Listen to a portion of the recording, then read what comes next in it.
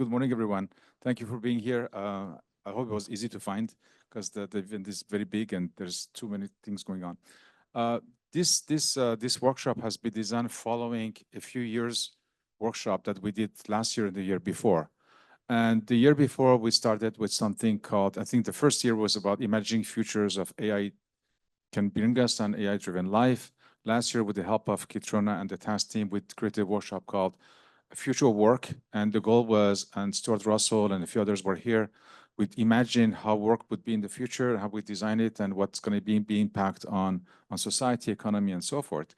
And then we pushed it under the AI for Good umbrella by saying, if AI is part of our life tomorrow in 20 years or 30 years, removing all the imagery that we have from Hollywood and films and science fiction and all the authors, how we're going to live life? How we're going to be having personal communication, how we're going to be enjoying knowledge, sharing family moments, traveling, mobility. So in an AI-driven world tomorrow, what is that we're going to be living with? And instead of asking everyone to forecast or predict, which is a difficult exercise, let's just simply imagine a day in the life of the future and try to figure out how this day in the life will make sense from a societal perspective, from economic perspective, from environment, from economic perspective and environmental, but also from a personal connections with others.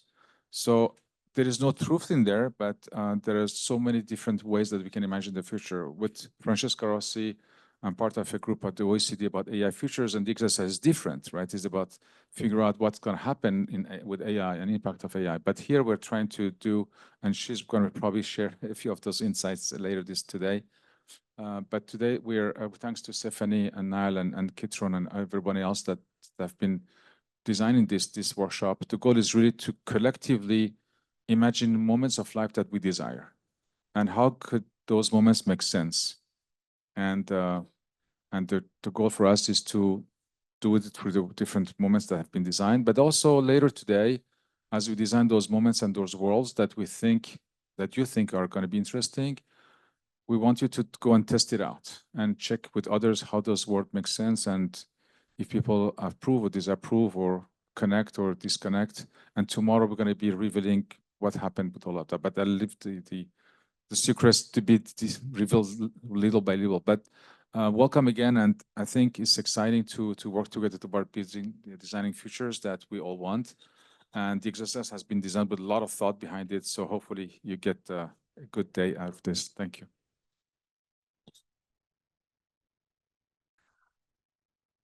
We have a problem. And it's got something to do with AI futures. And we want to unpack that a little bit. Problems are really good. Problems are really good. Disagreements are really good because that's where the creativity comes out. So let's think about this as a problem just for a moment. We want to get up, think about how we can make the world a little bit better in a minute. But we have a real challenge on our hands, and that anger that you felt in that moment, that Agritech conference speaks a little bit to this, doesn't it, Stephanie? And I'll invite you now to sort of take us into that problem statement and who's not in the room possibly. Yes, we've called the workshop AI Futures. And often when you hear those words, AI Futures, what comes into your mind? You're thinking about the future, how we're going to meet with each other. What comes to your mind? Often it's a vision that is predetermined. There's a line of sight, there's one future, and this is where we're going. Is that how you feel future happens? No? The future doesn't exist yet. We're creating it in every moment. And as a society especially, we are, every step we take is a decision we're making towards a future or another. I've asked that question in past conferences and said, well, how do you imagine, how do you think we're going to meet with each other in the future? And people were answering, we're going to be on holograms, and we're going to be doing I don't know, thinking that we're together, and you know, that's how we're going to spend time together. And then you ask another question and said, but how do you want to be sharing moments and meeting with other people in the future? And then you have all sorts of pictures that came in people's mind that were around, or around a campfire with friends, or you know, it was very different way of thinking of futures. And every single time you have those thoughts about what it could be, you multiply that by the number of people in the room, and you multiply that by the number of thoughts that they already have imagined, and you have there hundreds of different possible futures, preferred futures, probable futures that are in this very room. So the aim of today is really to say, well, actually, yeah, that's fine. There's an overall big noise about where the future is supposed to go, and we're saying this is an alternative views of futures that are coming from the communities and the people that are going to live through it, either for themselves or for their descendants or for their community or their culture. That's the problem we're working on today. Also, in the context of the Sustainable Development Goals, we have to think about the type of futures we're going to be living in, where I will be able to help us and not accelerate the negatives. And Stephanie, the people that are in the room are here to represent their perspective. Did you want to give us a little bit of a commentary on the people that aren't here? You've got a term, a phrase you use for these people that we might want to reference throughout the day? Yeah, so often when we work with AI, we work with companies or governments who have a lot of data, because you need data to be able to develop algorithm, and a lot of communities don't have either the language or the literacy or the data to actually be represented in what AI is being done at the moment, how it's being designed and developed. So I call that the usual suspects of AI is all the places where you actually expect to see AI being utilized. And then the unusual suspects of AI, the communities and the people that could be using AI for their own benefits, but they're the unusual. It's going to be harder to try to involve them, to involve us, because we don't necessarily have either the literacy or the voice or even the communication means to access those tools. So yeah, that's a term that at times will refer back to the unusual suspects of AI, and I count myself in one of those. Yep, and so I would invite you just for a moment to just take a little bit of a reflective pause, if I may. And we've got your workbooks there, and I haven't said anything about them, and we're going to get our panel on in a minute. The workbook was really an opportunity to do some first-person work, some introspection, some work on yourself about what's drawn you here. And we've tried to provoke you into thinking about why you've even walked in the room. And Felipe and I had a great chat. He's very clear about why he's here. He's got his unusual suspects, and he's quite focused. You're very focused on them, aren't you? You've got a good, clear mind around who those people are and what you want to represent on their behalf. So I encourage you to reflect on why you're here, who you're representing, who is not in the room that you believe you could represent, and give agency. Even in this little experiment we're doing today, okay? We are make-believing and we're playing. But think, just think and reflect. And we really do, this isn't for anybody else but you. We're not going to ask you to read anything out. It's your internal reflections, because I think we do spend a lot of the collective we, and there's always a lot of talk about the people out there. What about the person who's sitting right there? So do some work on that. Reflect on why you're here. And did you need to butt in and tell me something?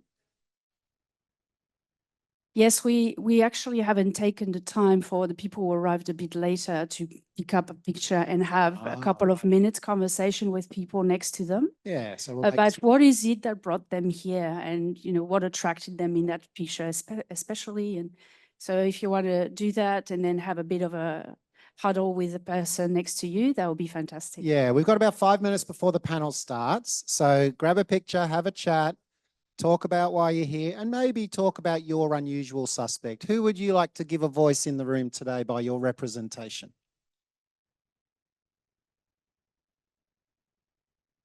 Okay, I think we're going to kick off, everybody. We've got our panel here, and I'm just looking at their pictures to see if they look like their pictures when they do. So that's good. We've got the right people in the room. Terrific.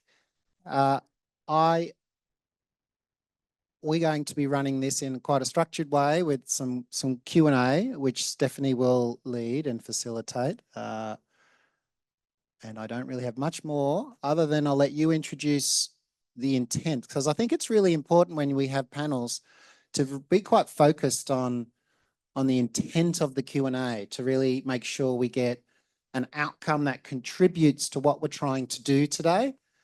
Okay. And Stephanie's going to guide that with some focused questions on the topic at hand. So over to you. Yes. Thank you very much. We have the pleasure today to have Jérôme Duberry, Dr. Sandy Chong, Caroline Gans Combe, and Jose Ramos, who's online, joining us for this first panel. It's a bit special. We have people coming from very different angles, and we're going to talk together about how we're going to envision transformative futures for collective benefit. And you'll see that each of them are really quite interesting people. They will give you a little bit of a couple of minutes of what's their background and how they've come to that subject to talk today. I don't know if I'm starting by Jose. Yeah, I'm starting by Jose. Jose is joining us from Australia. And we're going to wait and see if he can get his image online. Oh, good. Thank you, Janita. So AI futures that are fair, inclusive, and responsible will require community awareness, engagement, and a means for people to have agency. So this panel will provide approaches to futures and dimensions of futures that will need to be in place for inclusive AI futures to exist. And Jose, thank you very much for catching up with us. It's a bit late out there. Do you have Pleasure to be here. Is that the Aurora Australis that you have behind you? Exactly. I'm outside right now, freezing my. Okay. No, we actually did. During the solar flares a few weeks ago, we actually got it here. It was pretty amazing that it got this far. So, but no, this is not real. Could you give us a couple of minutes for say introduction about your background and what brought you here, please? Oh, well, look, my background, I've been in future studies for 25 years. Yeah, I mean, my PhD thesis was on critical globalization studies and alternative futures of globalization. So a bit of a political science. And the last, 15 years of my life, I've just done a lot of work with a lot of different organizations and people from all over the world. I really focus on anticipatory experimentation, how to support experimentation that links up with our preferred future. And I also focus on participatory futures and critical futures. So participatory futures is how we bring futures to the public and make interventions in the public imagination as well. Yes, thank you. Sorry, thank you. I'll come back to you and we'll have a deeper chat about all of that if that's okay. But I'll introduce the other members of the panel. Yeah. So Jérôme, did you want to give us a little bit of background, a couple of minutes on what brought you here? And should I answer the questions you asked me to? We'll do that in a minute. Just a couple of minutes so that people get to know you a bit. Well, first of all, I'm very happy to be here. Thank you very much to the TASC Platform and our colleagues at the Geneva Graduate Institute to invite me here. And I'm also very pleased to speak right after José, because I'm very much inspired by his approach of future action research that inspired a project that I will be talking about today. Why I'm here? Because I started some research on the participation of civil society in global environmental governance. So how to engage with civil society. We talked about unusual suspects early on. And for me, the participation of citizens, civil society, and more recently youth is really very much at the center of what I'm researching at the moment.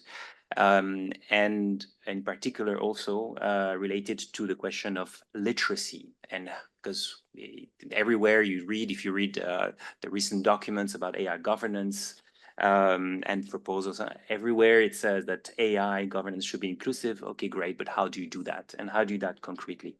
And one way is to start with AI literacy. So this is very much at the center of the project I'll be talking about. And I'll finish by saying that the project and the research that we're conducting at the moment is on AI, the democratic and societal implications of AI. A couple of years ago, now it's clear that we have some issues, but also opportunities. A couple of years ago, it was not the case. And thank you. Yes, thank you. Thank you very much, Jerome. Sandy, you've joined us from another Australian in the room. You're being invaded today. It's lovely to have you here. Could you give us a little bit of an introduction? This one? Okay, great, brilliant. Hi, I'm Sandy. I'm from Western Australia, but I'm originally born in Singapore. So I live in a very interesting culture of East, West, and also, of course, the First Nation land. Today, I would like to share some perspective on how digital inclusion and also AI inclusion would actually affect the minorities, but more importantly, the Indigenous people. There are lots of risks involved and challenges, but I would also like to challenge everyone later on when I share further on how looking at it from an Indigenous perspective can actually help us create better AI. Thank you. What a fantastic topic too. It's just, I need like just 5 hours for each of you. Caroline. Yeah. Yes, hello, I'm Caroline Combe. I'm French and Swiss as a matter of fact, so not from down under at all. So I'm a data person and a map person. So I'll be talking about, well, what is called algorithmic invisibility. Could you talk? Oh, I'm in the mic. I'm talking about. So I will be talking about algorithmic invisibility and, well, the issues that are raised by those kind of problematic that, well, data are not really adequately either collected, used, prep, and all those kind of issues. So it's going to focus, and I'm going to focus on mostly data issue and a bit of probability. You will forget. I won't bore you with equation. Stephanie stopped me of doing this, so I won't bore you with equation. But I'm going to talk about the probabilities, because everything is probability, including AI, and most of AI, and it's even worse than that. I'm going to pronounce a very, very impolite word. Don't kill me, please. Everything is about quantum, because AI is we are entering a quantum world. You can ask question after. Fantastic. Thank you very much. So José, we're back to you. I mean, you've been pretty much the inspiration for me too of, being here today. We've done work. I've attended a few of your workshops and learned so much from it. Tell us, from your perspective, what's at stake here? I have a presentation to share. Should I just start that? Yes, go ahead. Yeah, okay, great. So let me just put that on. So, yeah, I mean, first of all, thank you, Stephanie, for inviting me. It's been really a pleasure to get a chance to think about this, and just a pleasure to be with all of you. And yeah, just very inspired by this exploration. Okay, here we go. So the title here is, what kinds of intelligence is the future asking us to bring forth? And so I want to decenter intelligence as a concept, but I also want to ask what the future is wanting from us, because I think it's wanting more than artificial intelligence. I know this is about artificial intelligence, but I think artificial intelligence is about something much, much bigger than artificial intelligence. So,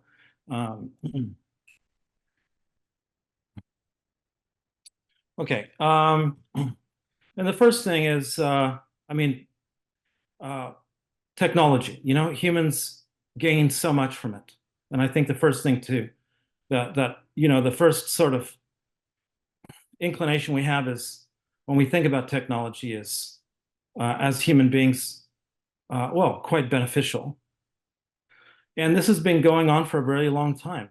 Human beings have been using technology for at least 500,000 years, maybe more. I'm not an anthropologist or an archaeologist, but you know, when I read the literature, it was Homo erectus that mastered fire and began the first, you know, in a sense, weaponization for hunting. And because of this, we have something very deeply woven into us, which is what I would call our humanness. That technology is a deep expression of humanness, that humans are technological beings. You know, there's different ways of thinking about technology. We produce technology, we use technology, and to me that doesn't make as much sense as humans as actual technological beings, that our very nature is woven into the production of technology. And in fact, you know, when Marshall McLuhan coined that term, I don't think he even knew what the anthropologists would and the archaeologists later discovered. They now believe that the human brain expanded because we mastered fire and because we were able to learn the technology of cooking. Cooking was such a transformational technology for us, and reshaped our physiology. So this relationship with technology, I don't even know if you can call it a relationship as much as an expression of who we are at a very deep level.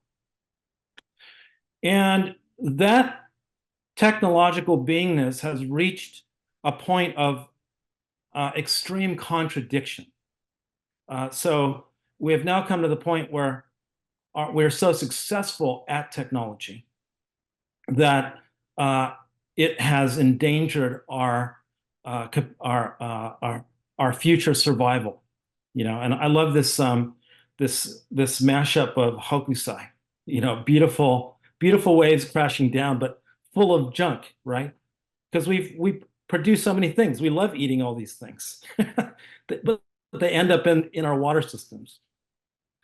Nuclear technology is probably the most pointy example of a contradiction, of a human technological contradiction in who we are. The climate crisis, well, it was this innocuous invention of the internal combustion engine in the 1910s, right? And here we are with all these powerful machines that do so much work for us. I love these machines. And yet the contradiction is so real.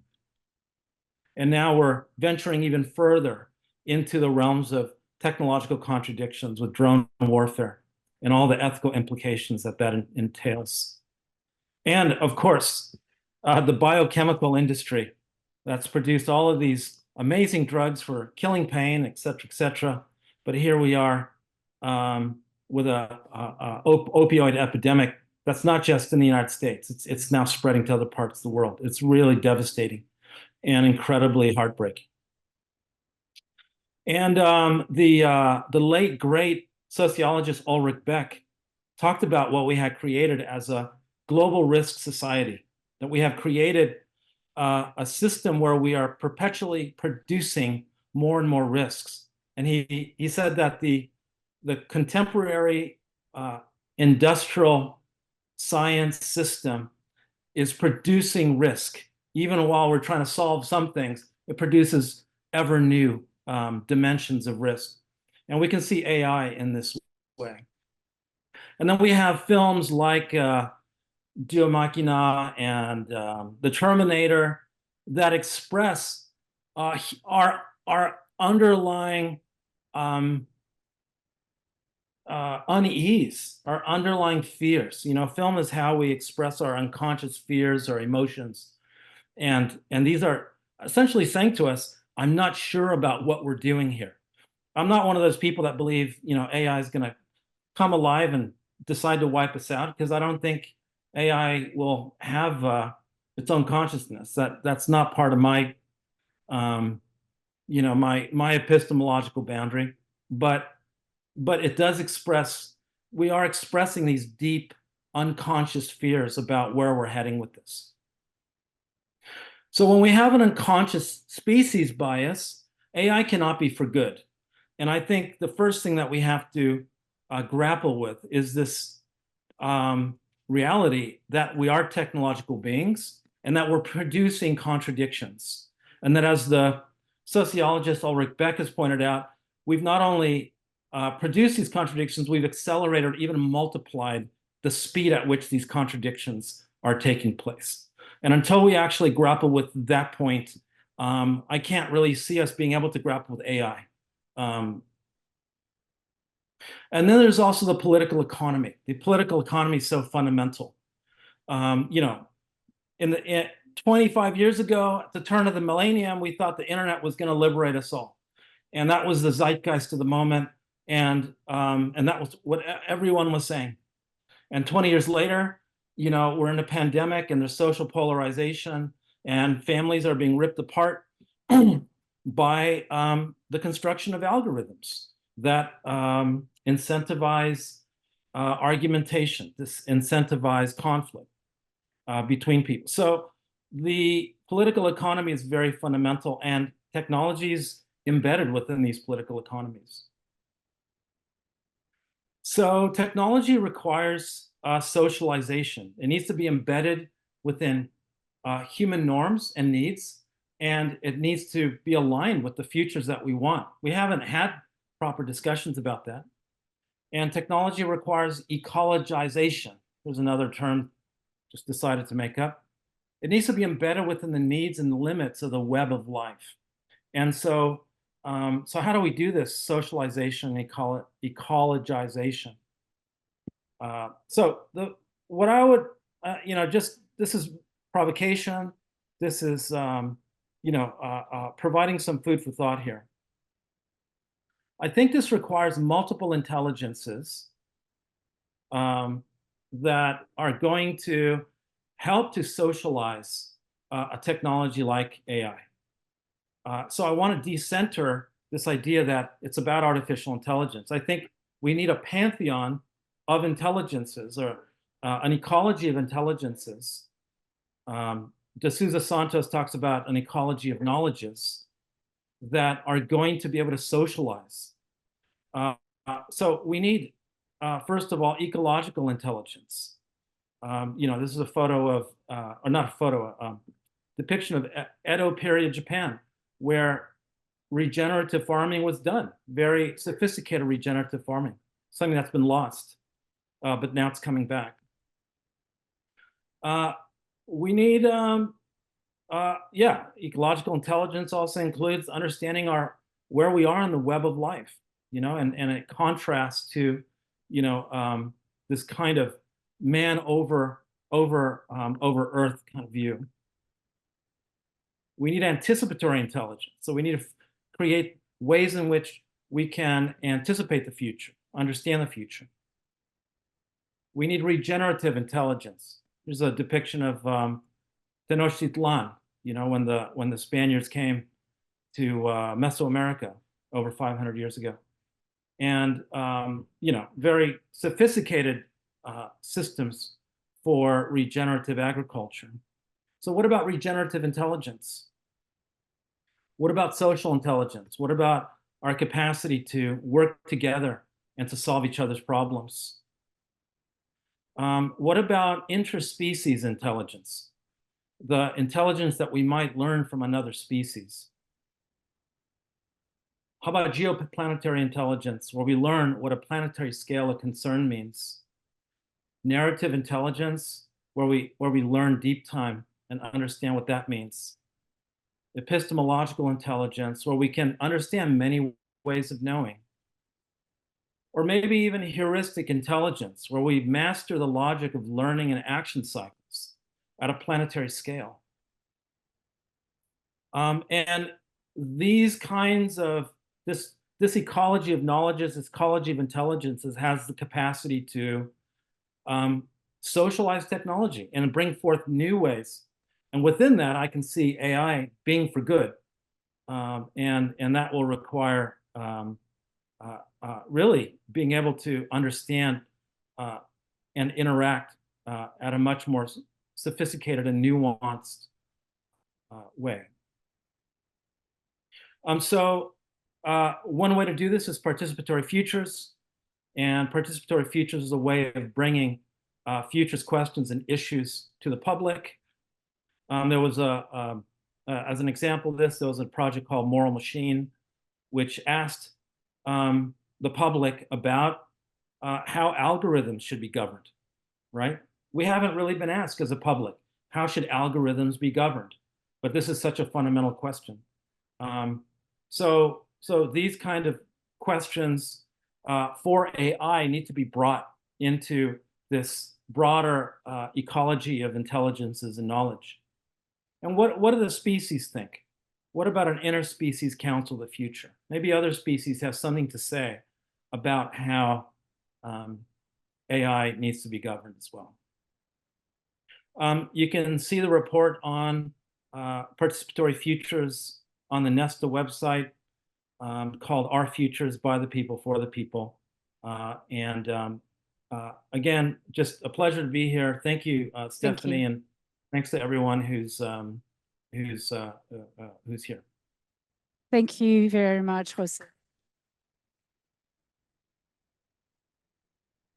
It's I knew we would have the full Jose, and it's great because I think all of that work needs to start with some provocations that break a little bit the way we usually think, so that we can make some space for a different way of thinking, a different way of imagining.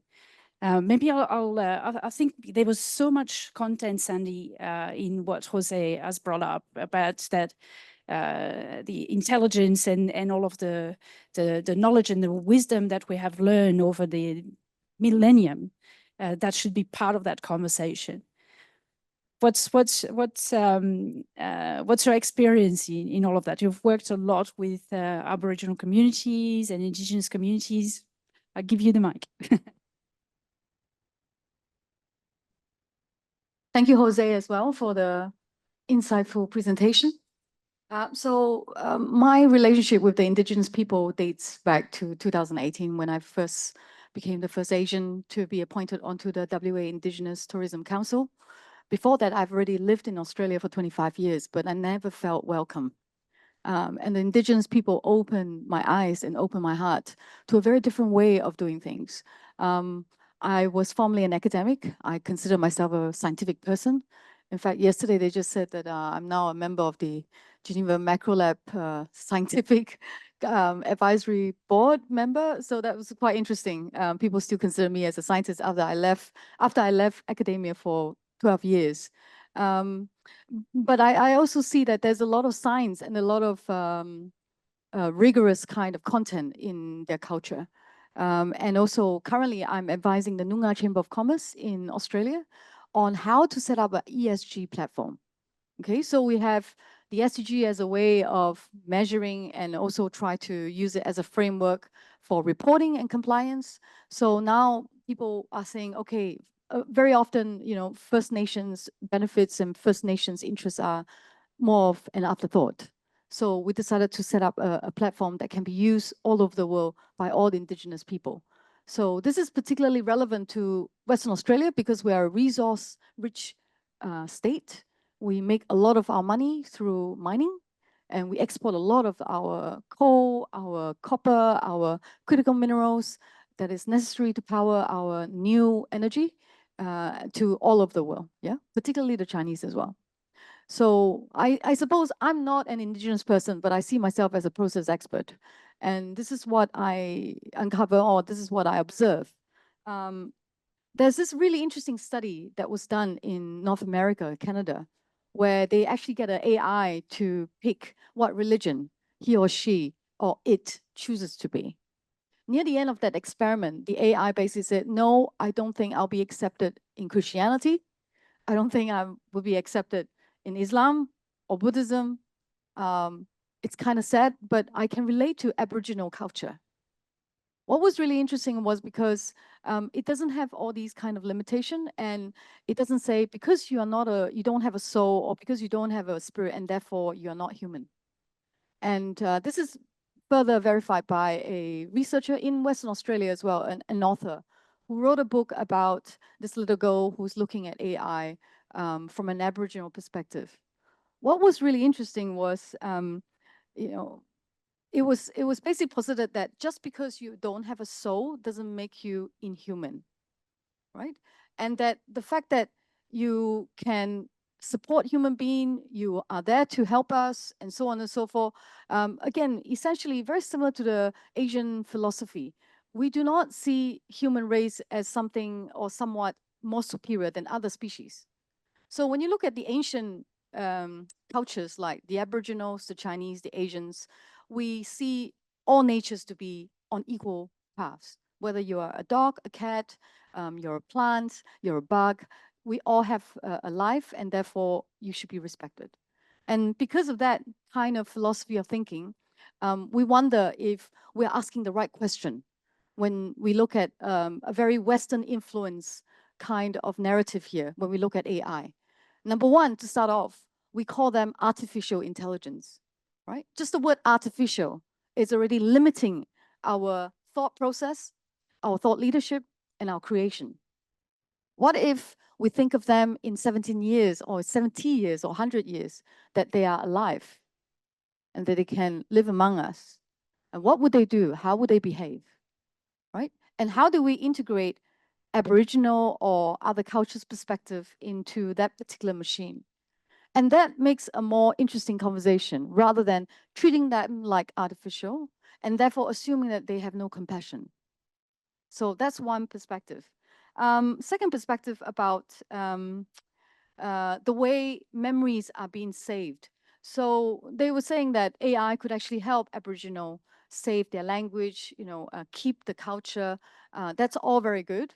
But I think also the way Aboriginals save or preserve or conserve their cultures and their memories and their history are very different from the Western way. So they have this thing called songlines. Songlines are a method of remembering a particular, say, for example, butterfly, the name of a butterfly, based on a location, based on a situation, and that's been integrated into dance and songs. And we all know that when we are physically, mentally, and emotionally engaged with a learning process, we tend to also become more connected to that particular concept, or we remember things better. And again, a scientist in California has done this research where they put 3 groups of students, right? And they take one group of students and say, okay, you're going to learn how to remember the names of 3 butterflies through Mind Palace, right? Mind Palace is like a Western kind of a way of training our brains to remember things. And then the second group of students were taken to another room and they were taught the songline, the method of songline to remember those 3 butterflies, the names of 3 butterflies. And then the third group of students, they were allowed to remember in any way they like. And as it turns out, the students from the second group using the songline method to remember things tend to remember the names correctly 3 times better than any of the other students. The Mind Palaces students remember 2 times better than other students. So when we look at creating AI and the system of AI, can we integrate some of these traditional long-tested ideas to make sure that it is emotionally engaging our future generation, it is actually stimulating our future generation, and is also retaining some form of memory. And speaking of future generation, the Indigenous have this concept called seventh generation stewardship, right? Very often you hear in the Western society as well recently about environmental stewardship, and you also hear about it in other forms like sustainability, which is a really sexy term for the last 6 years. So the same can also be applied to AI development and AI system integration. So if we think about it as in like, would this particular system be beneficial for our children in 7 generation time, which is a total of 140 years, then our perspective would also shift. Yeah. And also, more importantly, I guess in the end, like we also have to ask ourselves, how can AI help us become better human beings? And is there any way to integrate this perspective into AI? And speaking of other ancient cultures, again, I'm not a philosopher, I'm not a historian. In fact, my PhD 20 years ago was about adoption of innovation. And it's a cross-cultural study. Back then it was Web 1.0. It was really interesting because the way Asians think of adopting new technology is very different to West, right? So the Japanese are very good at gadgets, coming out with technology and so on, but they were one of the slowest nations in the world that adopts e-commerce. And when you look at Web 2.0, the social media and the social generated content, they are all very interesting, and they've all have now, after 12 or 15 years, now we're now seeing some repercussion. And now we're moving to Web 3.0. A lot of people are saying that, okay, you know, decentralized finance is going to be fantastic. It's going to eradicate poverty. Has it done so? Right? A lot of the indigenous community in Africa, South America, and also even in Australia do not have access to digital infrastructure. So there is this difference between digital inclusion or digital access versus AI access, right? So one is about, do you have access, good education, the basic infrastructure to get these information, versus how are you being included in this development and creation and designing of a system that would disrupt everything, right? It would transform all transformation. And so when you look at the Chinese philosophy, for example, because I'm Chinese, naturally, and I was born in Singapore, it is, when you look at the Chinese philosophy towards AI, and you can read it up yourself with the Chinese philosophers, we are less in a panic compared to the West, right? It seems like this existential crisis with regards to the kind of dangers that's happening. Of course, it's alarming. And of course, there has been a lot of abuse. But I think with a lot of ancient Chinese or Asian philosophy, so when we talk about Chinese, we talk about Confucianism, Taoism, Buddhism, which doesn't just affect mainland China, it affects all over Asia, because Koreans, Japanese, Vietnamese, Singaporeans, Malaysians are all adopting those kind of philosophies. And the thing is, change is a constant. Nothing is permanent. So when we see the adoption of AI, when we see the arrival of AI, we see it as a natural progression of human nature, right? And therefore, we see it as less threatening. And when we see it as less threatening, a lot of times it forces us to self-reflect, self-cultivate, and also self-enlightenment, right? So the Chinese are now talking about, okay, if this is going to happen in our lives, and it doesn't have higher hierarchy than the other, very similar to the Aboriginals. So the way they see the design of AI would be about compassion, ethics, and how it can support the family structure and the relationship. So again, a very Western structure, which is very individualistic versus a collectivism structure. So we all know that the implementation of AI very much has got to do with geographical and also cultural context. So perhaps when we look at the following discussion, we can look at including the other 60% of the world. And look that's at a good prompt. Yes, yes. And look at how other wisdom or other ancient wisdom could be integrated in this really interesting time. Thank you. Thank you very much, Sandy.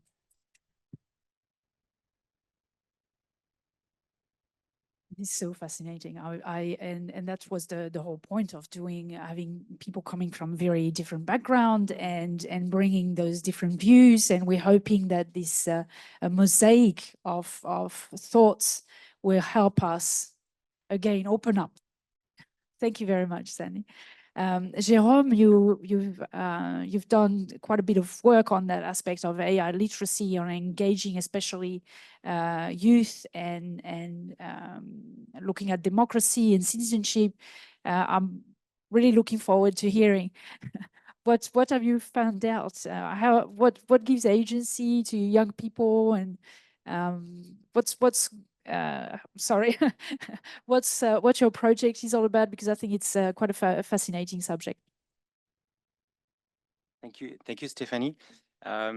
If you allow me a couple of words, building on what my colleagues mentioned previously, that I find extremely interesting. I think when we think about the future or futures, the first thing we need to do is to question our assumptions. And so, of course, here we are here to talk about AI. So, what are our assumptions about AI? And my colleague brilliantly talked about a Western perspective and the fact that we need to include the 60%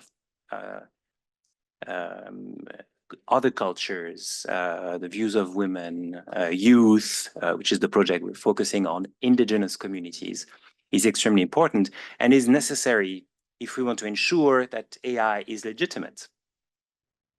So my first question to you would be, what are your assumptions about technology?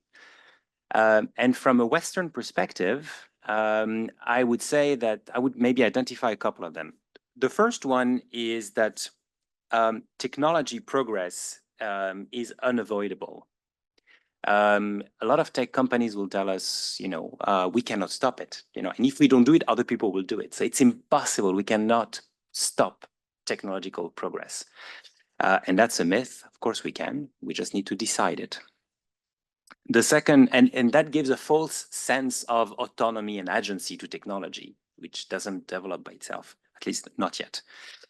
The other point is that technology development is always a progress. It's not always a progress. Or maybe a better comment would be, it's a progress for some and not a progress for others. So the question is, who is it a progress for and when? Always this question is always, this question of benefit and risks. Who bears the risks, who benefits from the technology? Very much depends on who's engaged in the development of the technology and who has a voice in the governance of this technology. And for us, it's very difficult to find the right balance between techno-optimism and techno-pessimism. And we don't want to leave to technical universities and AI experts and AI researchers and tech industry the narrative that actually technology is positive and brings a lot of opportunities. It does, but we need to find the right balance between the two, and that's a challenge, very much so. Maybe also two points to build on also what José mentioned, the dual use of technology. For sure, AI, like any technology, is going to be used for civilian and military purposes, going to be used for good and bad. So here we're talking about AI for good, but we should also be talking about AI for bad, because it's definitely already used like this and it will be used like this. And so this leads me to, for the exercise of today, to maybe a challenge. I think we're talking about, AI futures. I would say, actually, it's not so much about AI. It's more a question of society, question of politics, and it's a question of participation. So my question to you would be, how can we innovate? How can we find new forms of participation, new form of participation in AI design, AI governance, but also maybe futures? How do we, so what José mentioned, participatory futures. How do we do this? And as I mentioned earlier on, this is very much linked to AI literacy. And so we have been conducting this scientific communication project in Switzerland since 2 years now. We conducted about 160 workshops throughout Switzerland in high school, apprenticeship schools, a couple of universities, but not many, in the 3 linguistic regions of Switzerland. And this led us to, so basically what we do during these workshops, we do narrative foresight. So we ask youth to write stories about the future. And basically in these stories, we ask them to identify and discuss some implications, societal implications, democratic implications of technology. And we do that with AI. And it's very interesting because what Stephanie asked me to mention, I would say there are maybe 3 major themes that come up. So we have collected about 800 stories now, short stories. And across these 800 short stories, maybe 3 main themes come up. So these stories, we ask them to be positive. So we want inspiring futures. It's always more difficult to know what you want than what you don't want. So we want them to tell us what they want. And one of the main themes is the environment. The environment, the planet Earth, climate. So how can we use AI to ensure that we live in an environment that is protected, that is livable? So here, this answers very much to the eco-anxiety of this younger generation. So here, that would be the first. A lot of stories are around this. We use AI to clean, to combat climate change, to so a lot of scenarios, transformation scenarios around this. So AI as a tech solution for climate change, for example. Another number of stories are around community building and consensus building. And so questions, for example, around migrations. They see there will be a lot of migrations, a lot of movements of the population. How do we integrate these people? Maybe technology can help us better connect with others and find a consensus easily or more easily. And the last one is around knowledge, and it's very much connected to what José mentioned early on, empowering individuals and ensuring that individuals have access to the right information they need to be able to make a political decision. So here this addresses the question about social media, fake news, deepfake, etc., that they're also confronted to. So these are maybe the 3 main themes that they consider in their stories about the future with AI, and that maybe could be interesting for your exercise today. Thank you very much. Thank you, Jérôme. Thank you very much. We have had a different point of view. We couldn't have a panel talking about AI without a person who also develop algorithm, and that person is Caroline, amongst other things. So what Caroline is going to talk to you about is invisibility in the data itself. And yeah, I'm leaving the microphone to you. Yes, thank you very much. I mean, being an academic, I don't like to sit in front of students or everybody else, as a matter of fact, when I'm not teaching. So I prefer to be with you and not here. That's the point. So algorithmic invisibility. Well, the first thing that you really need to have in mind is that everything is data. You are data. We are all data. And what's happening nowadays is that we are switching from the world of certainty to the world of probability, meaning that we are going collectively to choose what's going to happen next. It's not political scientists or political operators or political economists that are going to choose for us. Well, I have, as you see, a particular and specific love for political economists. Nobody's a political economist here. Okay, so whatever, because well, the big problem is that political economists are looking for solution in the past, and we don't have any kind of reference in the past to what's happening to us today. And that's why we do have this big fear about AI. It's simply because it's new. And it's not really new because it's simply, well, something that was, as a matter of fact, theorized by somebody you might know, which is called Albert Einstein. So, well, Mr. Einstein prophetized, thank you very much, prophetized what's happening to us today. He prophetized it in physics. And the matter of fact is that nowadays, well, we are becoming physical minds, physical people in the sense of physics and scientific physics. Sorry, I'm a scientist. So sometime if I use a word or terminology that might not be understandable, stop me and ask for the definition. So invisibility, well, the problem is that when you look at the data sets and the way data is collected nowadays, you have a problem. Do you know where data is coming from? Please. All of us, yes, all of us, but all of us, we're here. I mean, we have access to provide data.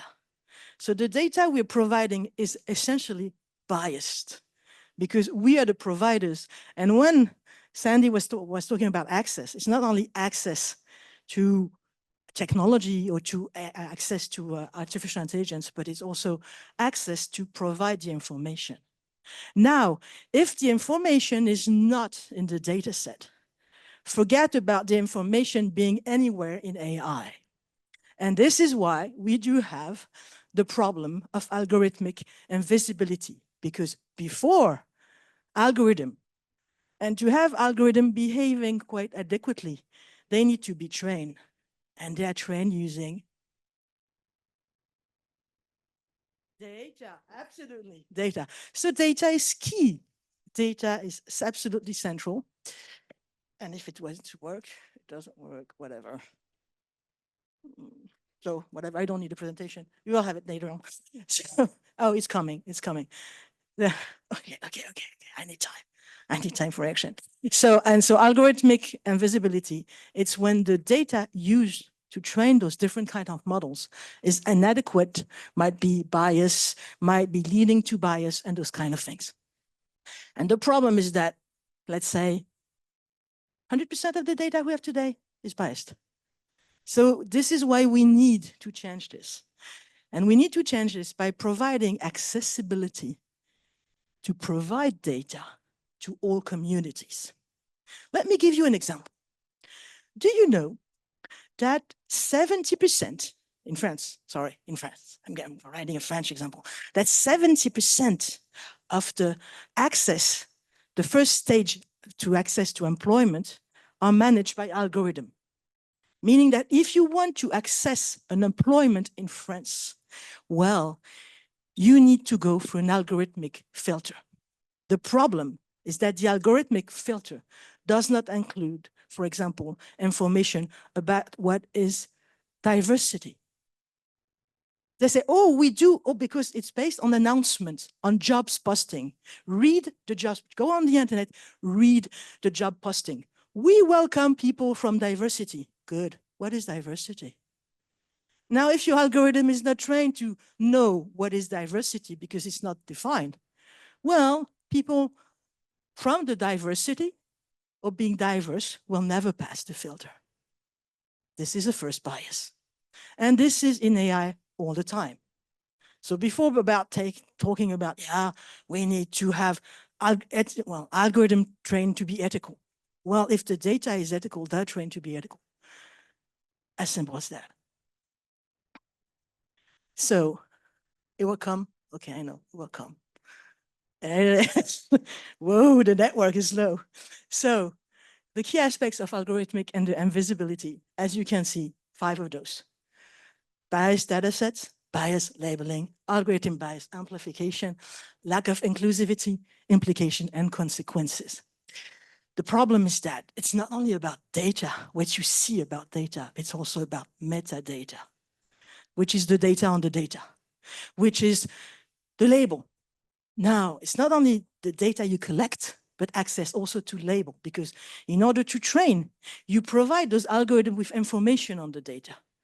And if you provide biased information because the way you're labeling is not adequate, again, you have an issue about algorithmic invisibility. So when you talk about those population not having access, it's also those population being, in a way, well, not considered also in the way you describe the data.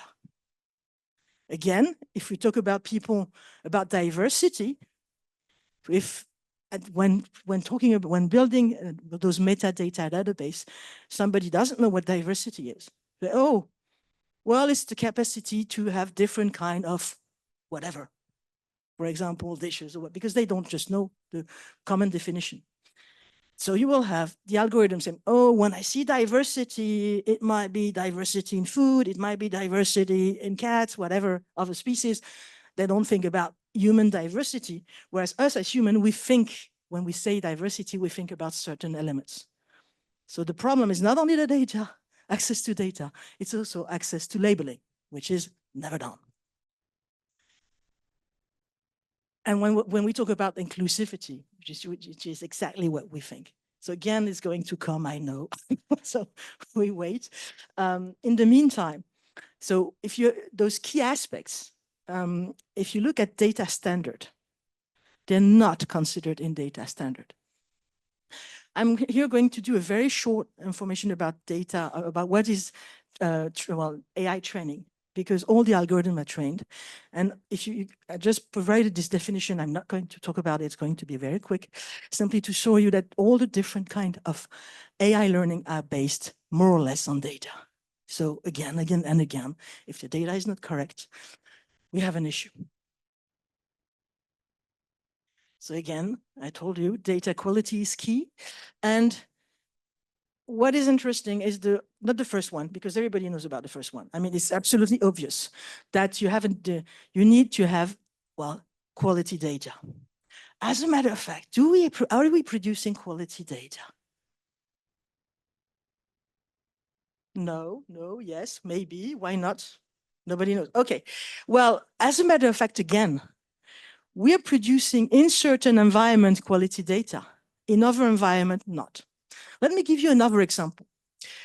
Suppose that you want to make an AI to survey or to provide some sort of insights on, for example, employment of people out of diversity. I do that because it's one of the research projects I was working on in the recent year, and it was quite, all this information was quite stunning for us, and a discovery.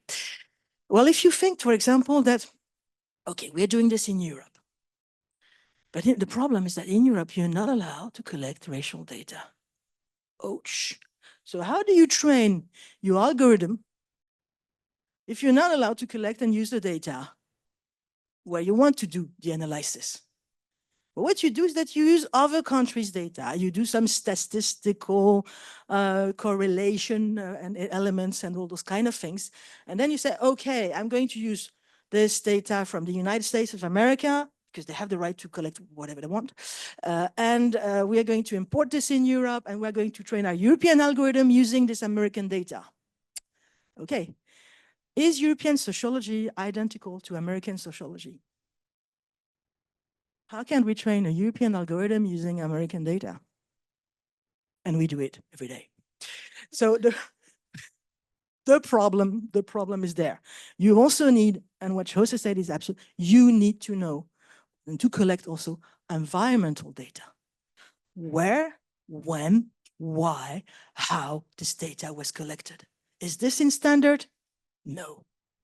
So the big problem here is that as a scientist, we spend our day using data sets, creating data sets. Synthetic data is absolutely a great tool. But the tools we use in order to create those data sets, they are biased. And all the fears about AI, and I know 2 minutes, okay.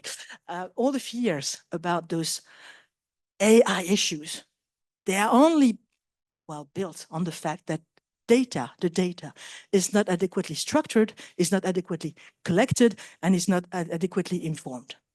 So it's, in the end, It's us. It's us that we are going to choose. If we make our life, because we are all probabilistic beings, a nightmare, some sort of a collection of fear, the sum of all fears, or a feast. It's up to you. It's up to us. That's why we need to think about AI futures and to be good in AI futures. Thank you very much. Thank you for having me. Thank you very much, Caroline. What different approaches, isn't it? There's something in there that I am picking up on, which is on that ontological design type of thread, which means, you know, where I use a technology, I use my glasses. That's a technology. And when I put my glasses on, suddenly I see the world in a different way. And when I read the news on my mobile phone, it goes through a filter and it changes me. So we're really into this conversation about all these points of discussion that come up with AI are really about how can we be better humans. I find it absolutely amazing that we're going into the detail and thinking, are we biased when we're recruiting? Did we have that conversation even 10 years ago or 5 years ago or 3 years ago? Maybe not. And now all that AI, you know, is bringing is those conversations. We actually have biases as humans. I didn't realize. I didn't know until, you know, I started studying that phenomenon. So I think it's quite an interesting conversation, and you know, I think Jose had a wonderful provocation in that sense. I'm gonna close. I wanted to have a few questions, but we went over time. Yeah, we've got time for Q&A. So we're going to have a morning tea in 5 or 10. We've got coffee out there, so we don't lose you. You can go and get caffeinated and not go too far. But I've got the roving mic, so I think we're a small enough group to have a few quick bit of Q&A, especially Jose stayed up late, so good on you, mate. Yeah, so has anyone got any burning questions? Steph, you've got a mic too. Thank you. That was very, very interesting and very inspiring. So thank you for that. And let me ask some fundamental or stupid question about artificial intelligence. So I have several ones, but these are a little bit related. So my first question is, what you are trying to make is artificial intelligence or super intelligence? That means, so there is some delicate difference between like human-like intelligence or just simply super intelligence. So that is the first question that I'd like to ask. And then if it is something of human-like intelligence, is there any difference between artificial intelligence and artificial emotion?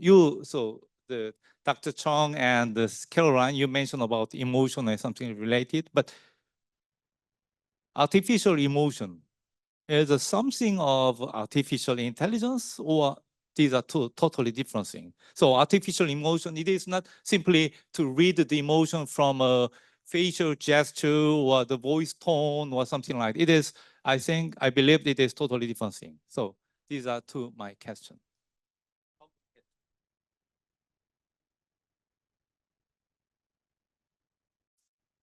Thank you very much. Two very interesting questions. Just a small reminder. When AI started, the guy who invented AI was named Alan Turing. And Alan Turing didn't talk about artificial intelligence. It came later in the 70s. People coming from computing started to talk about artificial intelligence. He talked about the imitation machine in 1951. First article was an imitation machine. Well, I believe that we started with imitation. I mean, we're creating in a way a sample of behaviors that are imitating us. Us, not in our diversity because of the data problem.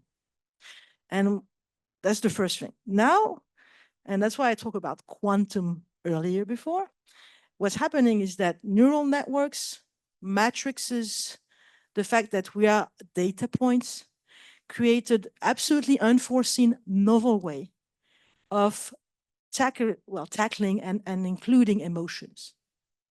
And so we are not creating, I don't like the terminology artificial intelligence. It's because the market understands artificial intelligence that we use the terminology, but again, this was invented in the 70s.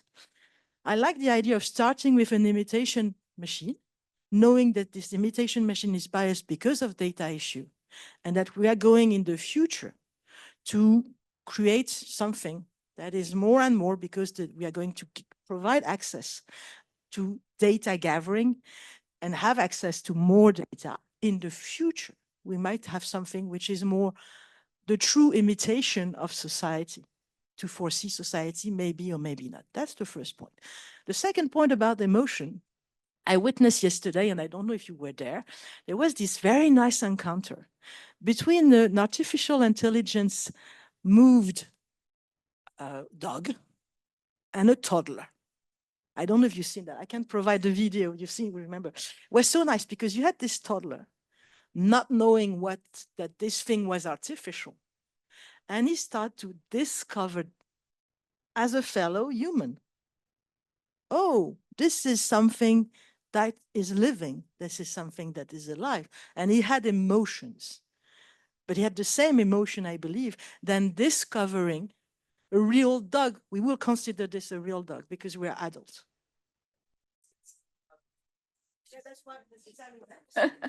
Thank you. Very interesting about that question. In fact, when you look at Taoism, and also I assume you're Korean, we grew up in this mythology when we were growing up, you know, like Dragon Ball Z and all that. That's just comical, but there's just so many kind of deities that we have when we grow up. And so in Taoism, they have humans and they have superhumans or super species. So this is also a reason why, as I mentioned before, in the Asian culture, they don't see that as a stark different from us. They see it as an extension of us because it's being created in our image, right? It's an improved version of it, and it's part of nature. Yes, the machine part and all that. But again, when you put it into a Chinese philosophy, again, change is inevitable. Technology, like this gentleman said, is inevitable, right? Then the way we see it as, well, this is just a natural progression of humankind. So that's how we see it. And I thought it was quite interesting you mentioned that. Yeah. Thank you. Sure. One more question and then we can continue. You guys are hanging around. Yeah. Yeah.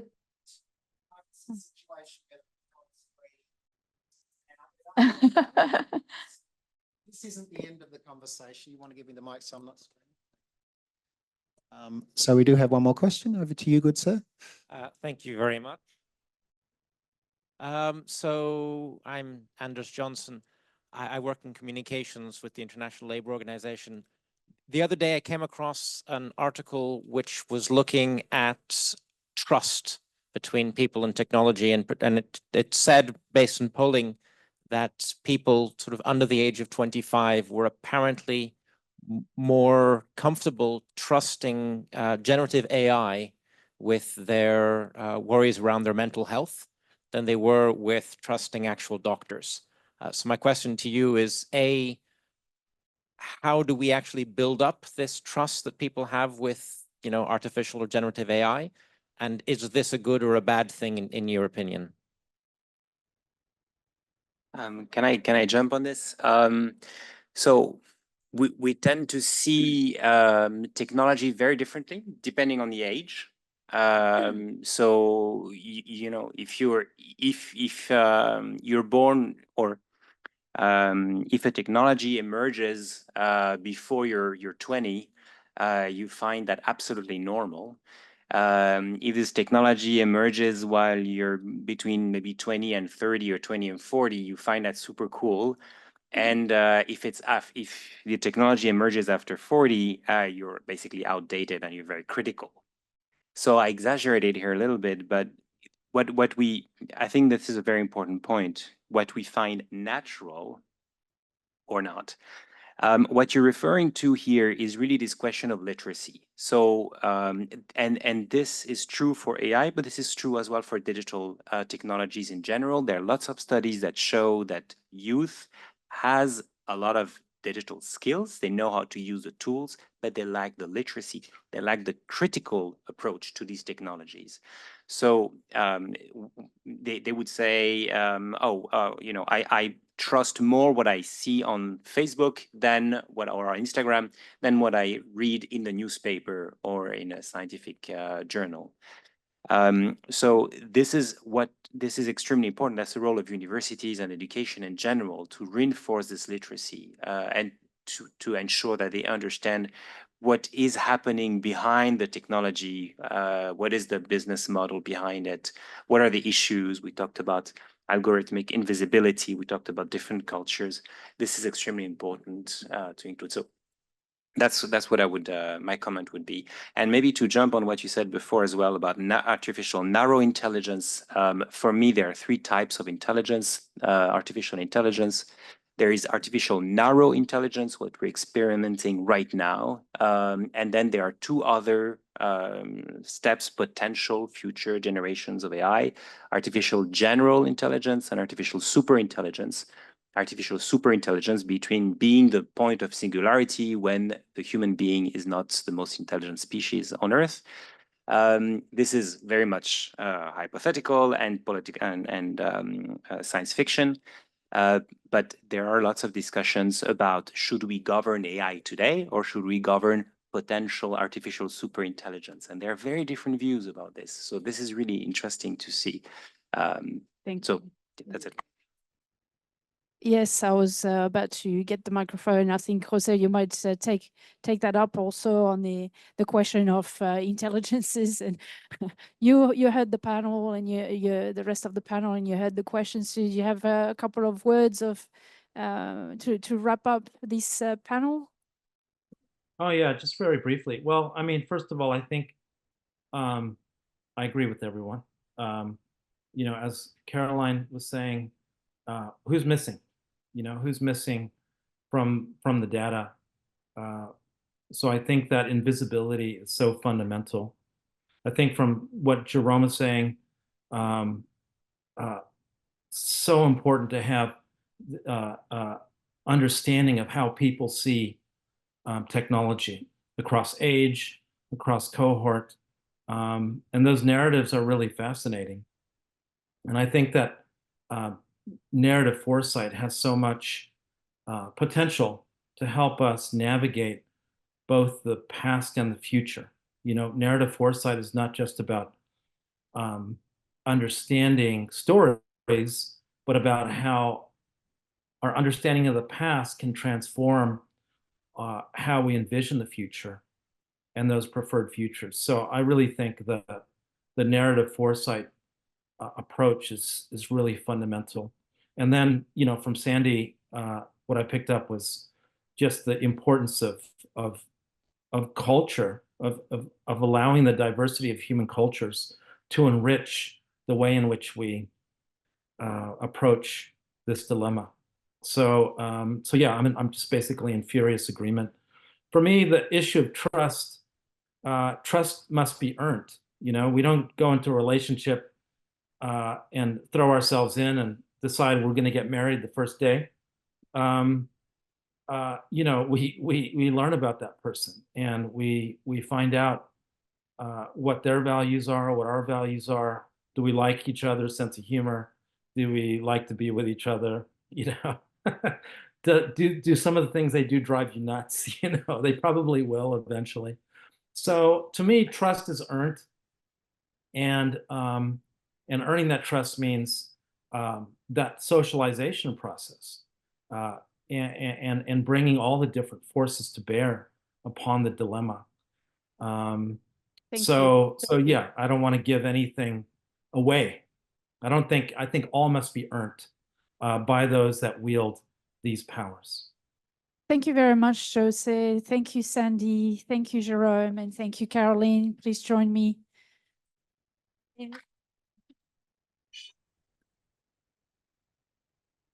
Thank you. We're going for coffee.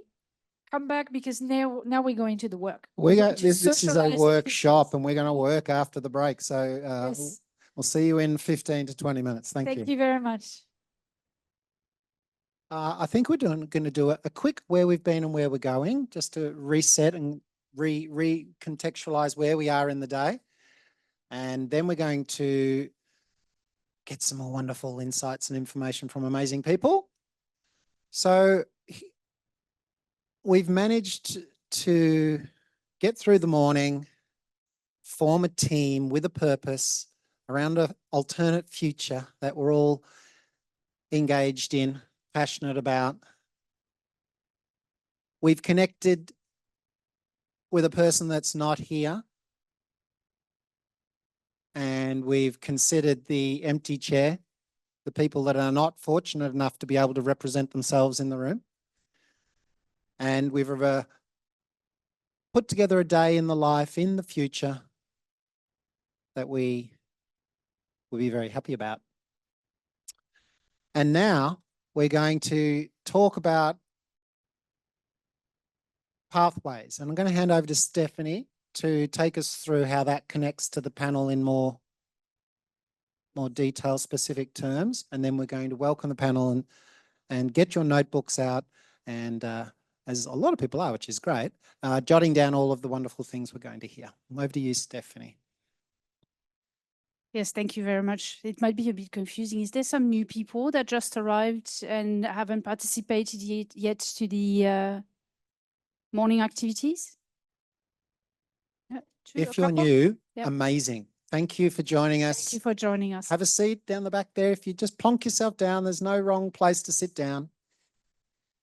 So I realized that we might have confused you a little bit this morning because we forced you to think about a persona, and at the same time we forced you to think about the person that is not in the room. And we talked about what's the day in the life, and I mean, it's amazing. I've looked at many of the ideas and I've discussed with the moderators, and right away I can see just some incredible ideas and approaches that you brought forward. We have looked at what is possible, the type of futures that we would like to happen. And we know that there will be some barriers. There will be things that we will need to overcome for those futures to be possible. And the panel that is talking today they're all quite amazingly experienced in knowing how to navigate all of the different challenges that you've already started talking into your about in your individual teams. So I'll kindly invite the panel to get. Yeah. Cool. So they can come here. We've got little microphones to make it easy.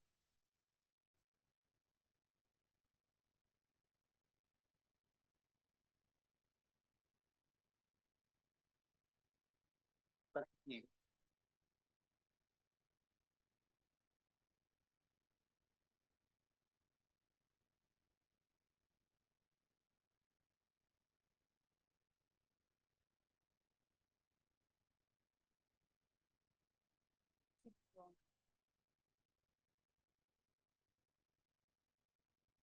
Thank you very much. Well, it's a big panel, 5 people. We'll try to stick to the time, but at the same time, we want to have an opportunity to hear from those voices. It's my great pleasure to have Felipe, Castro, Quiles. Thank you. Sorry, Lisa Dethridge, Gudela Groth, Francesca Rossi, and Emilia Jaworski joining us today. Overcoming barriers means having also a different type of mindset, isn't it? And it would be great if you could give us a little bit of, there's a reason why you're on this panel. You've been doing this type of work for a long time for many of you. Could you give us a couple of minutes introduction, each of you, and then we'll move on to the question? That would be great. Thank you. Emilia, do you want to start? Surely. So, hi, everyone. I'm really excited to be with you here today. I'm Emilia Jaworski, and I direct our Futures program at the Future of Life Institute. So, For those of you not familiar with our organization, FLI is an organization that works to steer emerging technology away from large-scale risk and towards benefits for humanity. So our Futures program focuses on that latter piece of how do we realize positive futures with technology. And we've done sort of all kinds of activities, including world building that we're doing today, which is super exciting to see. But I think positive futures start with what futures do people want? Because if we don't have visions, and specifically visions that are hopeful and exciting and motivating, we don't really have a lot of incentives to act or to build those futures. So we think a lot about figuring out how can we develop more visions and ideas about how to make a positive future that are representative. So right now, when we think about the dominant narrative of where we're going with technology, that's one that's primarily constructed by industry, which has huge conflicts of interest, and also is not necessarily representative of the diversity of values and ideas and religions and societal structures that people may want to live in, because one person's utopia is another person's dystopia. And so as we focus on how we want to build the future, it's important that we have inclusive ideas that represent a spectrum of positive futures, and ensuring that we create a future that enables that choice and enables that optionality. And so I think the SDGs, which we're all here for today, is kind of one place to start where we kind of have a global consensus around, these are things that generally humanity has decided we want to achieve collectively. And we know that AI can be a really powerful tool on that, but we also recognize that incentive structures are a big reason we haven't realized the SDGs in terms of motivating where investment dollars go, motivating actually translating technology into solving problems. And so I think as we're all here today and thinking about what futures we want to architect, that's also a key thing to keep in mind, is that the incentive structures that guide the development of technology, we also need to reimagine those along with the technology itself. Thanks a lot. Isn't that exciting? And Francesca, do you want to give us a little bit of a spill on what brought you here and all of your background? Yes. Yeah, my name is Francesca Rossi. I work at IBM. My background is in computer science. I'm a PhD in AI, and I've been in academia for 30 plus years as a professor of artificial intelligence before joining IBM. So I am well aware of the differences between the academic world and also the corporate environment. And at IBM, I'm part of the research division, so I'm still doing research in AI, but I'm also the company AI ethics global leader, which means that I lead the internal and external initiatives around AI ethics, whether it's the AI ethics board that I co-chair, that gives the governance around AI ethics within the company, risk assessment and education and many others, and also some partnerships that I will talk a little bit later on about AI ethics globally. Thank you very much, Francesca. Actually, I'm going to keep you for the end, Felipe. Oh, okay. You know why? Because I speak a lot. No, because because you're the only man on this panel. We're talking about AI.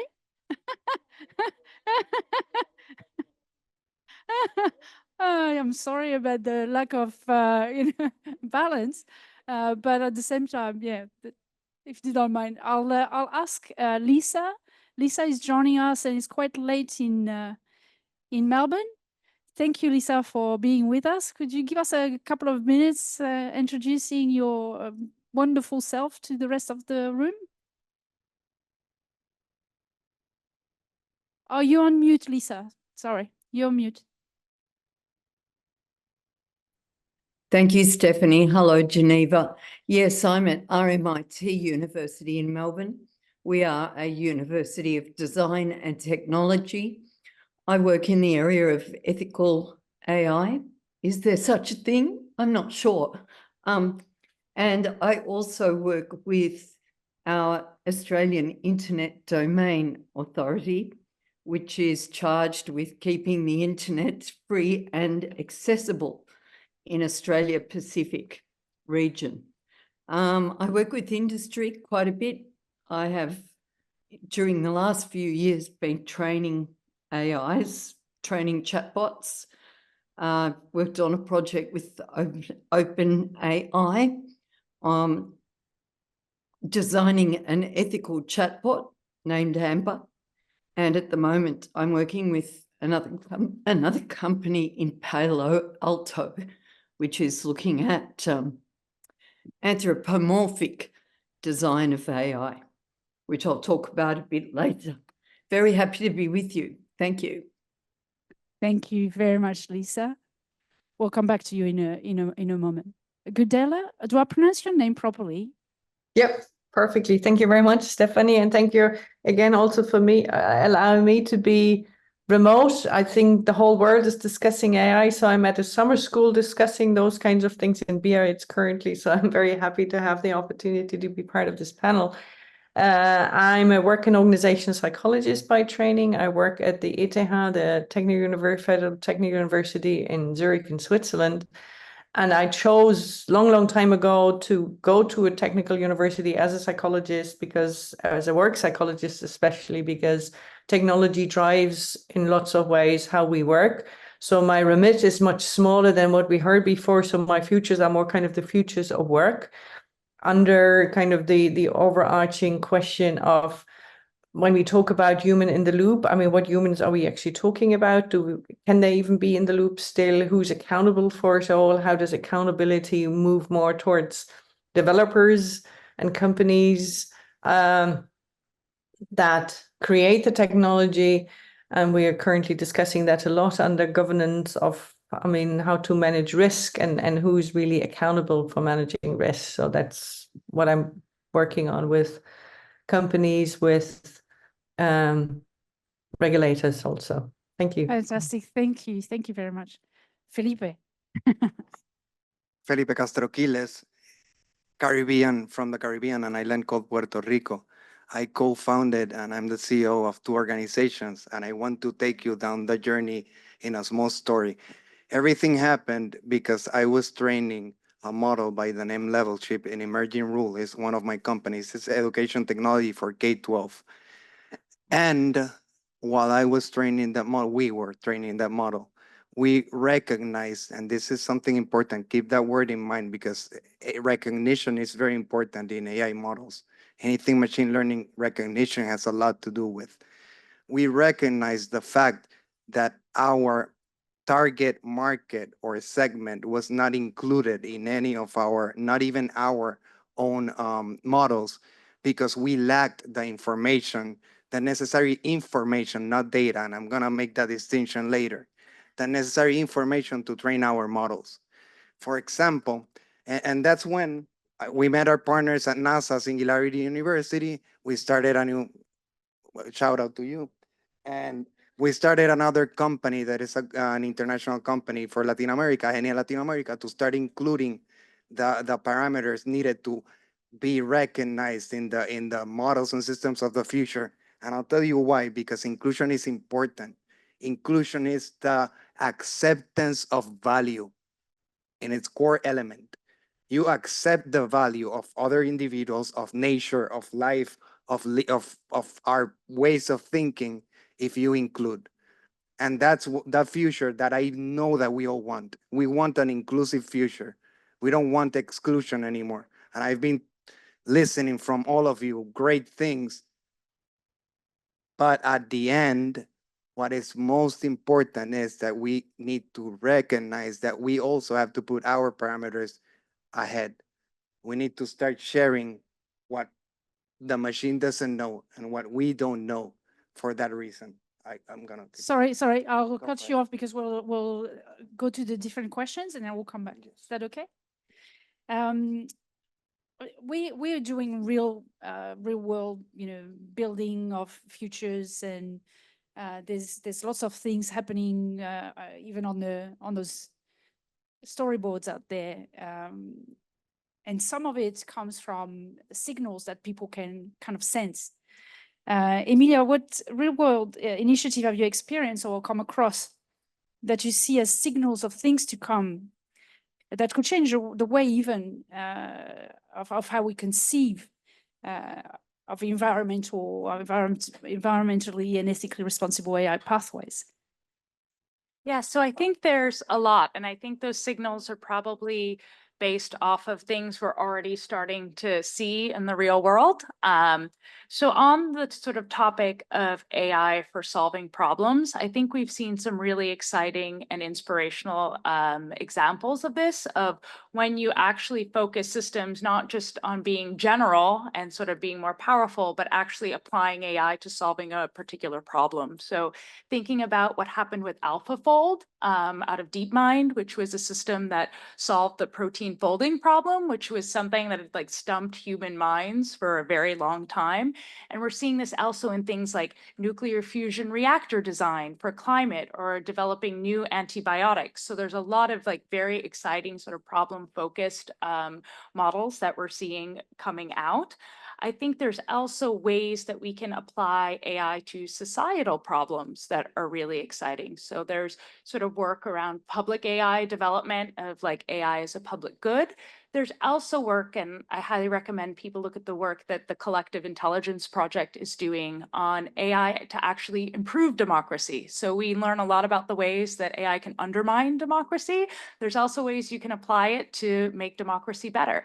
The same way that AI can, proliferate disinformation and misinformation, there are also groups working on AI to improve sense making and to improve our ability to sort of cut through all of the spin and really identify where are the facts in the world.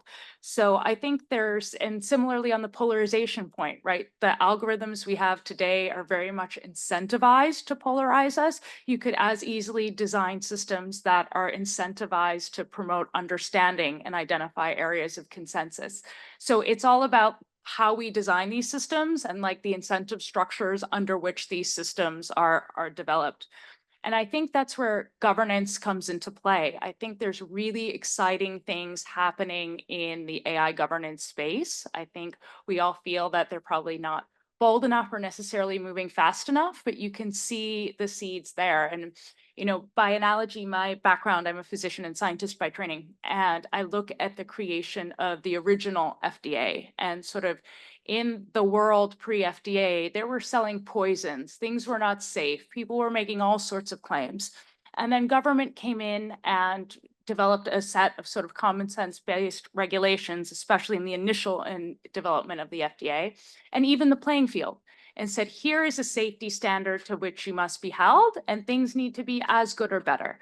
And that totally changed the incentive structure of the industry, because instead of a race to the bottom, you now had a race to the top. You had incentives to make your system safe, make your technology safe. And that has been one of the reasons the United States has been the leader in biotechnology. It actually was something that was really pro-innovation, and by creating that race to the top, created a really flourishing industry. I think the counterexample to that is nuclear, right? We could be living in a world that's full of ubiquitous, clean, green energy. We don't, and that's because we made some really bad decisions early on. And when things like Chernobyl happened due to bad safety engineering, it just kind of doomed the future of the industry. So I think that as we think about both how we want to imagine futures, there's sort of the developing tech itself, and then there's also the environment around the technology that also can be innovated on to make that world happen. That's a really interesting idea, because suddenly we're not just thinking about AI as a solution somewhere out there, but as something that is the pathway to certain outcomes. And it might be less sexy in some ways, but much more efficient. Francesca, you have a lot of experience of putting the frameworks in place and thinking about AI ethics.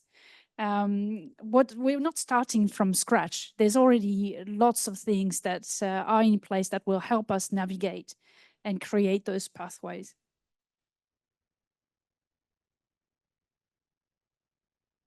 And Definitely. And the important thing is to actually build on top of each other, no, rather than going in parallel and starting from scratch all the various initiatives, because we would be much more accelerated.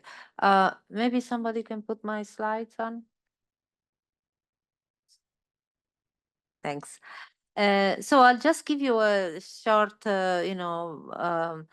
description of some of these initiatives that I've been part of, starting actually with the Future of Life Institute. In 2015, when I joined the Scientific Advisory Board, that was one of the first organization that I joined, and I participated in Puerto Rico at the first beneficial AI conference. So there is already a connection here. And that was the first time I think that Max put together a multi-stakeholder group of people. And that has been really the important step forward, no? That not only technical people were discussing issues with technical stuff, but there was the recognition that there was a need for a multi-stakeholder convening. Yes. Sorry, Francesca, the technology is not going as fast as us. Okay. And so by the time you gave your presentation to me, it hasn't yet been made available on the ITU website. It's coming now. Okay. But I can say something in the meantime while we wait. So yes, so that is very important on the multi-stakeholder part. And at this point, after 9 years, 10 years, the fact that you need a multi-stakeholder approach, I think, is recognized by everybody. So of course, it introduces challenges. First of all, the way you talk to each other, the being heard, being understood by the other people that you work with. But definitely, it's the only way to go in order to understand the issues of the technology, because these are not technological issues, but they are social technological. So you really need people that understand the technology, yes, but also people that understand the impact of a technology on society, and they can understand how to regulate the technology and so on. So maybe, okay. So yes, so in these 10 years of AI ethics, sometimes I say that there have been 3 great big phases. The first phase was mainly a phase of awareness, and it was very reactive. I see this problem. How do I put a patch to solve this problem for this algorithm or this other algorithm, like the compass algorithm, bias? So what do we do? And then another one, and then another one. So the awareness phase, which continues because technology evolves, and so new issues can come up. And so the awareness is from all the stakeholders being aware. But for example, for the compass algorithm, the awareness did not come from the technical people. They came from the more social awareness people that said, oh, let me look at this algorithm and I see that there is bias here. And then the technical people recognize it. And then they said, okay, so what do we do about bias and so on? So awareness of the issues. The second phase is a phase of principles. You say, okay, there are these issues. Let's write down some principles. And everybody wrote principles. There are more than 100, 200, I don't remember how many. There is a principled AI project at Harvard that counted them and put them in some visualization. So everybody wrote principles. How do we want at a high level behave on these issues? And the third one is the practice. How do you translate these principles into practice, into concrete actions within a company, within a regulation, in another organization? So really concrete actions from the principle. And in this path, and these 3 phases are all continuing now. At the beginning, they were kind of sequential, but now they're continuing because there are new issues. So you need to be aware all the time, continuing, and you need to have more principles because the new, and then, so they are going in parallel. And so the organization moved from a very only reactive approach to trying to be more proactive over time, and again with the multi-stakeholder approach. So to mention few of them, the first one that I co-founded together with others was the Partnership on AI. That was founded in 2016. Is an organization that was co-founded by 6 companies, but with the intention of being multi-stakeholder. So that's why over time, over the years, it added many other stakeholders. So right now there are about 100 partners, of which 20 are companies, and everybody else is universities, civil society organization, ACLU, or so these kind of organizations. And it's again multi-stakeholder. The term that Partnership on AI people use is when there are these convenings is productive disagreement, because people disagree a lot, because ACLU and IBM and Amazon and so. But we try to do that in a proactive, in a productive way. And the goal is to build best practices and guidelines. So together, because there was the recognition even in 2016 when it was co-founded that not one single entity could put together the best practices or guidelines, and there had to be some consultation with others. So for example, the most recent ones were best practices on synthetic media, which means also generating images and videos and so on, foundation model deployment, and also not the most recent one, but also on transparency tools. The second one has a very similar name, but is a completely different one and is much more recent. It's the Global Partnership on AI. So the Global Partnership on AI is instead a set of governments, nations, governments that decided to get together to understand at the global level what to do about responsible AI use, deployment, development, and so on.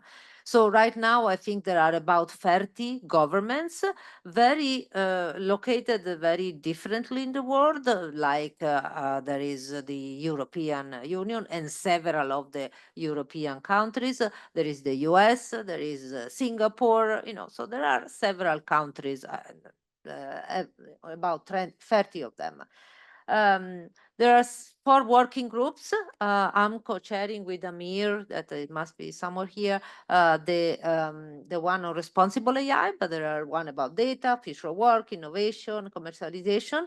And in these working groups are populated by experts. They're called experts, but they're not just AI experts. They're also, again, multidisciplinary, nominated by these countries that decide to be part of the Global Partnership on AI. So there are governments and experts nominated by governments that together try to address various issues and to give recommendations to AI teams that build AI solutions, but also to these governments, to how they can facilitate the development and deployment and use of responsible AI in their territory, in each one of their territory, but also in collaboration in a global way. Another one is, okay, the World Economic Forum. Yes, World Economic Forum, companies, governments, global reach, and a lot of work on AI that has its own global future councils on AI that do various things. For example, one is called AI Futures, just like this workshop, and is about value alignment and red lines. Another one, the UN, OECD, and we're getting closer to where we are here, which are about governance, about positive and negative implication. Also, the OECD as an expert group that I'm co-chairing called the AI Future. So you see there is a lot of convergence about thinking about the future. And the UN with the advisory board, the body on AI. Then there are also governments that play their part, and there are regulations that are coming a lot in the European AI Act, also in the US, a lot of various things, more scattered than in Europe because it's a different legal and regulatory system. Here, for example, I show you a global view of policies and regulations around AI or around data privacy. There are many that are coming up and many more that will be coming. So it's really a very scattered landscape globally. And then companies are doing a lot. Finishing.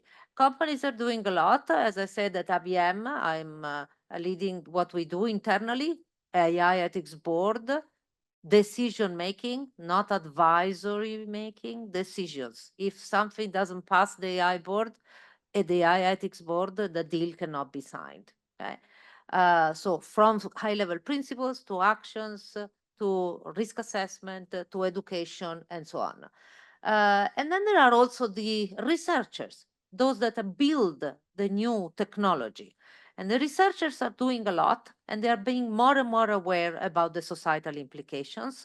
And I personally am president of AAAI until the end of this year, and I see a lot of involvement of the young people. For example, AAAI has 6,000 members. Half of them are PhD students. So a lot of young people that are getting into the field, and they need to be also educated by their organization. So final slide, implications of all this experience that I had in all these organizations.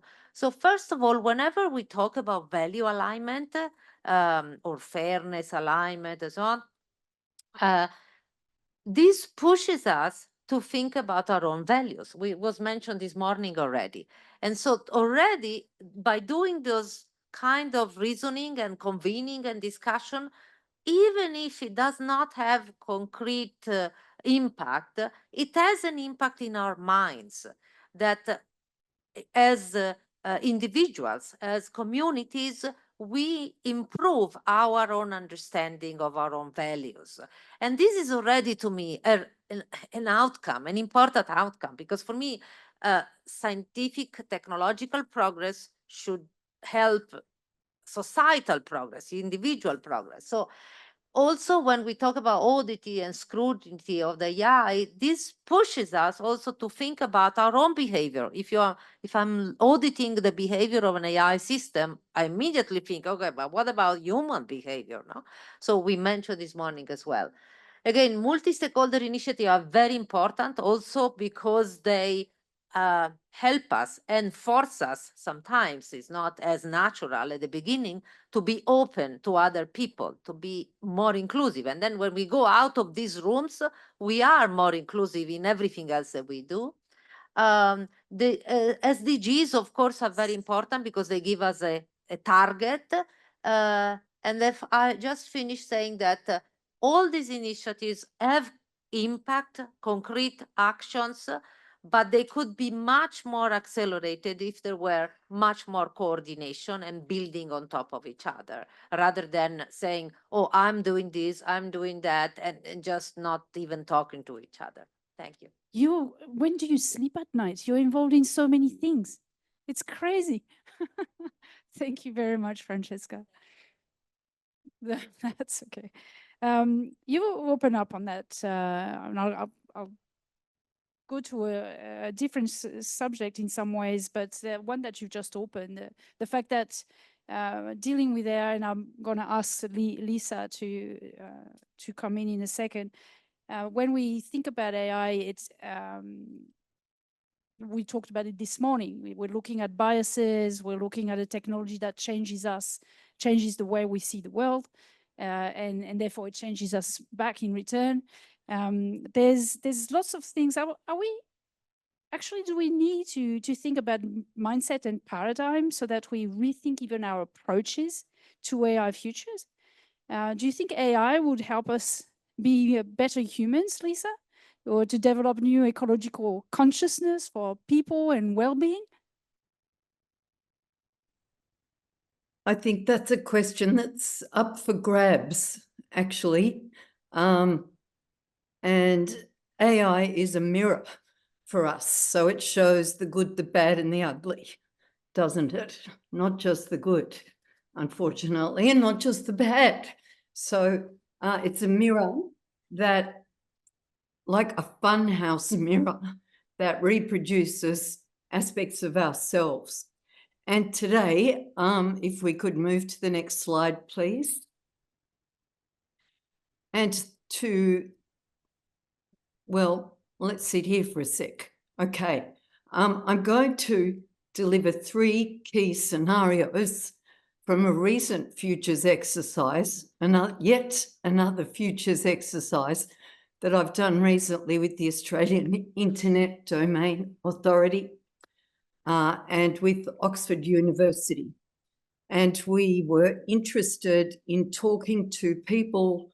We did interviews and workshops with international stakeholders and thought leaders across big tech, civil society, academia, internet governance, and business people to explore people's hopes and fears around AI and the web in the year 2044. And I think that this could be useful to what you're doing there because it might give you some language. And this is just a navigation tool. We're not looking at a crystal ball. I think we should always be very wary of people who say they know what the future will bring. Run away from those people. No one knows what the future will bring, but we can definitely speculate and cook some ideas. Next slide, please. Thanks. So the first of the 3 scenarios that may be of interest to you when you're considering your own future scenarios, and remember that I'm giving you the good, the bad, and the ugly, not just the good. Scenario 1, we called state of alert.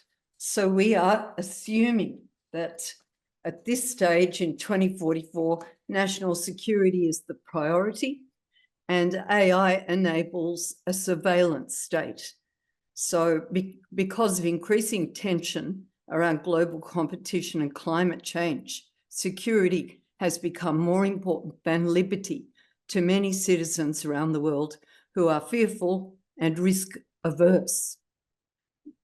Instead of representative democracy, AI has allowed various forms of governance that are controlled by surveillance systems, and the internet is fragmented in this case. AI now supports an internet which is divided into geographical blocks that are opened or closed by a system of locks and drawbridges. Information is owned by the state in this scenario. Technology is a tool for control and surveillance. Citizens or people within the state can earn social credits and access to technological privilege by doing civil duty. Dissent is limited to covert activity in game spaces where people spend more time, rather like the movie The Matrix. Travel and tourism and education have been reduced and people are living more and more online. In this world, in 2044, information is the property of the state and it is seen as a citizen's duty to produce it. Our identity is biometrically linked to the state, who access our biometric data, our medical data, our eye prints, fingerprints, and so on.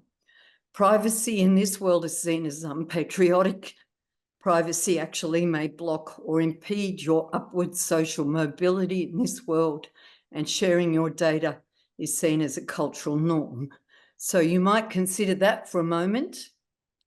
This pretty much is a scenario that we would like to avoid, I suggest, although we can see tendencies already at work in our culture today. So trigger warning, if this stuff is upsetting you, good reason to move away, to think of situations where we could move against this kind of scenario. Next slide, please. The next slide, scenario 2, ecological civilization, is much closer to my own heart. It's about a culture where collective resilience is a priority. Climate catastrophe can no longer be ignored.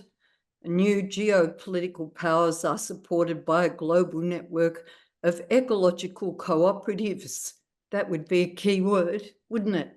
Ecological cooperatives who collaborate via mutual aid, either on land or online, with AI at the centre. And this will be achieved by AI connecting to the Internet of Things, more likely the Internet of Everything, we could say. So this is very central to questions of food security, because we're talking about a digital infrastructure that now extends into Earth orbit, as it does today, with satellites and computer networks, which interact with plants and animals, often with no humans in the loop. So if you would consider, you know, the surveillance of crops and herds of cattle, for example. So we're talking about a world in which AI allows for new forms of haptic, immersive, and sensory interaction. Sorry, they're big words. Haptic, immersive, and sensory interaction between humans, animals, environment, and AI. This is a very interesting option for us because in a world of ecological civilization, information should be open wherever possible, and all citizens would play a part in assisting ecological balance. Identity is transparent, so all things can be audited. And this has major implications we need to consider for content and intellectual property, as data is now openly shared and checked by cooperatives. Internet protocols promote openness and resilience, interoperability and open scrutiny. Individuals understand their place in helping to put community first in order to strengthen a fragile ecosystem. And individuals reduce their voluntary digital interactions. This is a very interesting consideration. One way of reducing both your surveillance profile and your surveillance footprint, as well as reducing your environmental impact in such a culture, would be to voluntarily reduce your use of online technology and your online interactions. That's something that we don't often hear suggested. So think about those things, interesting ideas. Let's move quickly to scenario 3, which is another rather dystopian one that we've called The Price is Right, because we have a couple of minutes left, Lisa. Very good. Thank you. The Price is Right is a scenario where profit is the priority and corporations have taken over many of the tasks of the nation state. How did this happen? Well, citizens in the 2020s lost trust in the government's ability to protect them against cyber attacks. And at the same time, high-tech tycoons, celebrity billionaire tech tycoons, became seen as saviors of humanity. Does it sound familiar? This is a world where public services such as defence and police are now in the private domain. Citizens in this world are consumers first and foremost, and big business boards write the rules of governance. Environmental crises are the main challenge still. Information of every kind is a tradable commodity in this world, and identity, which may not be a bad thing. Maybe we should all be able to sell and trade our data.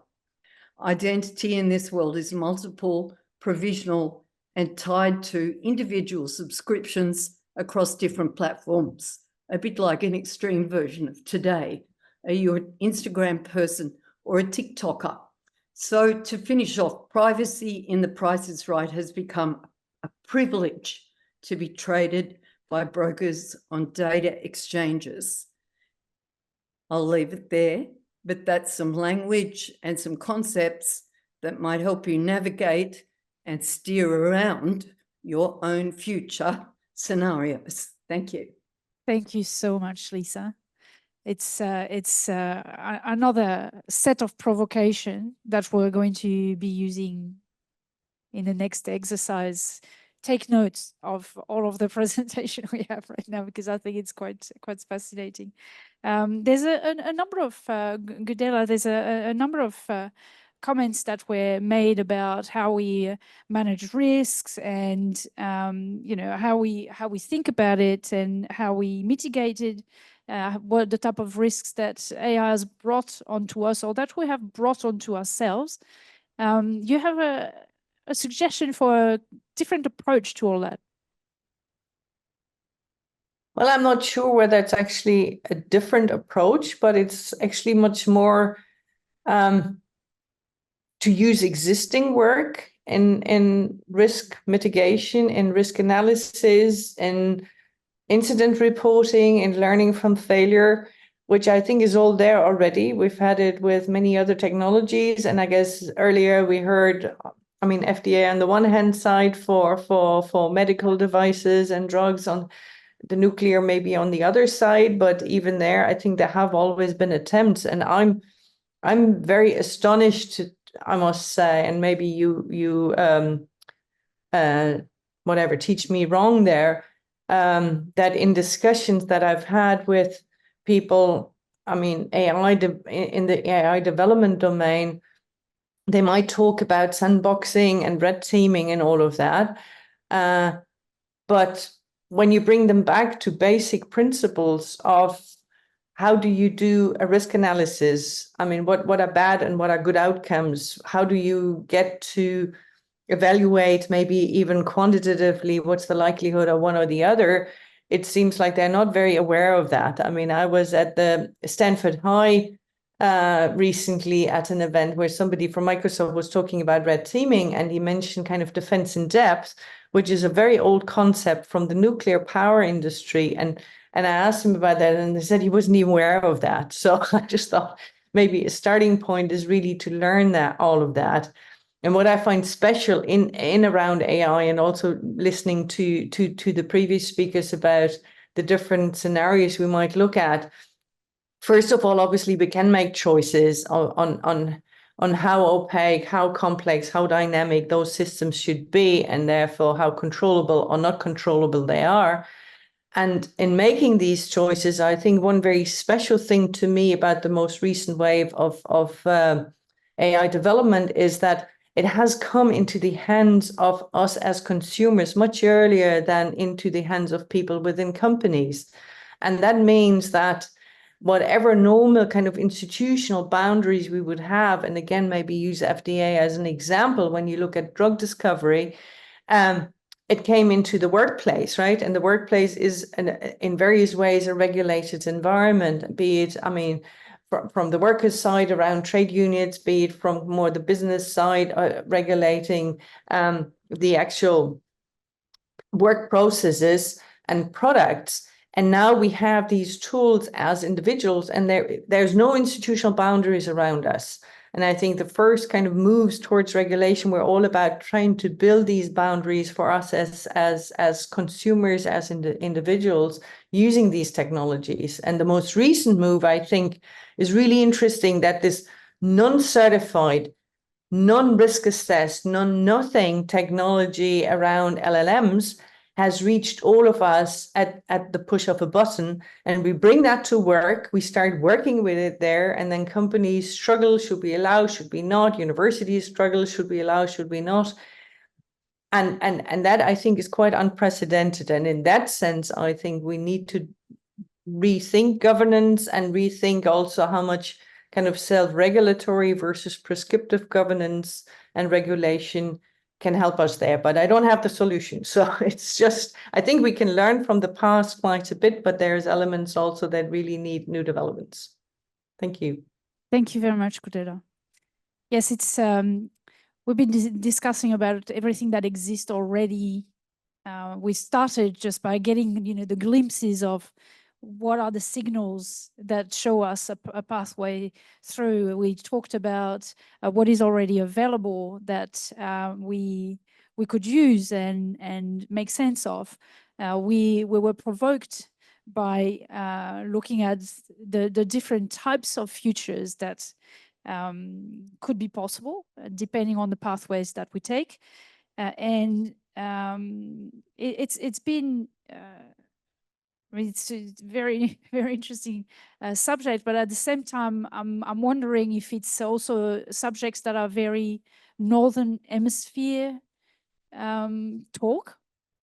And I think, Felipe, you might have a different way of looking at the obstacles that we're facing and of things that you've seen happening all across Latin America that gives you some ideas of different type of pathways. Could you give us a little bit of that? Certainly. I first have to say that Latin America is open for business, and there's a lot of business. So come to me after this.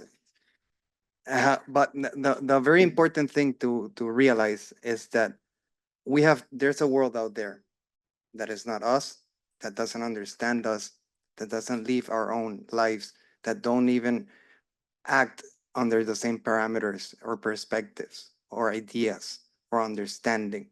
There's a world out there that is the majority of this world.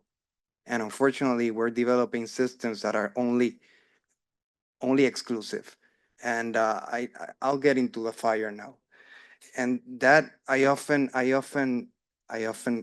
give the idea of it happening just because of this little element, and it's that human mindset is linear. The futures are exponential. We cannot build exponential futures on a linear mentality. It'll be like trying to find how horses are riding faster to a place. We already have trains and airplanes. If we thought that way before we started building all these beautiful exponential technologies, we would have not ever been able to fly, because it was impossible. Believe me, it was very impossible one day to fly. You would say you're in the town, look, I'm going to invent a flying machine. They would say, this guy's crazy. We should kick him out of the place. Well, what I'm saying now is, and I started with this inclusion, we need to start including those perspectives and parameters into the development of anything we do, because it's not only that we're leaving them behind, but we're affecting ourselves because we depend on them, because these are the people that are feeding us. These are the people that are taking the water that we shower with every day to you. These are the people that are building our cars, autonomous or not. These are the same people that make livelihood happen. And we have to abandon that linear mindset before the exponential futures catch up and they forget us. And that's very important. I would love for you to leave from here with that in mind. And in the how much time do I have? Oh, wonderful. Wonderful. So, okay, let's make it more interactive. This is a workshop after all. I would like to see, by the show of hands, who considers themselves a teacher or a professor or someone that is imparting learning around. Well, we have quite a few. That's wonderful. Who considers him or herself a business person? Stupendos. Stupendos. Who here is a spy? I don't see hands. and I want to make a point with that. That out there is data, because someone may be a spy. Data is raw. What we just saw is information. And we have to separate both, because the exponential future depends on data, not information. Information is what makes us linear, because we're stuck in a mentality of back in the days. And I can say that because I was born in a colony. It's still a colony. And that colony has nothing to say. And we're making an announcement here. In 2025, the Summit of the Americas is gonna be held in Dominican Republic. We are making it happen for it to become an exponential futures mindset, and all of the dignitaries that go there go to our events that are basically, and that's what I told you, you have to be there. And this type of conversations have to happen, because those people that are leading our previous systems are not the people that unfortunately are building the exponential futures. And that's a future that is interconnected. And interconnectedness is extremely important. Time? You're all good, buddy. I'm good, but don't. I'm just going to do just a little bit of a check-in with the crowd and the group. Yes, please. Who's the spy? How are we all feeling? There's been some pretty heavy stuff we've just navigated through, right? Yeah, it's heavy. And I know Amir's feeling it. We're feeling it as we're holding this space for everybody. And if we're talking about an alternate future, here's my challenge. I'm facilitating and I'm feeling this space as we're building it. How do we turn this mood to what we would call an appreciative mindset? Like right now. What can we do as a panel to think, hey, how might we? What if we? It's a provocation because I'm sensing we're getting into a space that's a bit dire. So I think we should give the panel maybe a little bit of a right of reply on what I've just said and maybe give them a minute each to, what can we do? Because we're going to break into an activity now where we want to go towards something, not be scared of something. Yeah. So maybe we'll go through the panel. We'll give that a bit of a go, rinse through and see if we can. I just want to lift this mood and get us into a different headspace. Is that fair, everyone? You're not buying it? You're seeing the dark side of where we could go? Or go for it, yeah.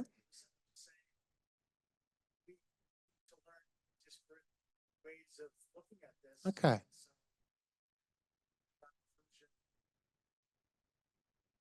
You're comfortable? Good. Lisa did a good job at the dark. Yeah. Yeah. I'm just testing the temperature because I want this to work for everybody, right? Yeah.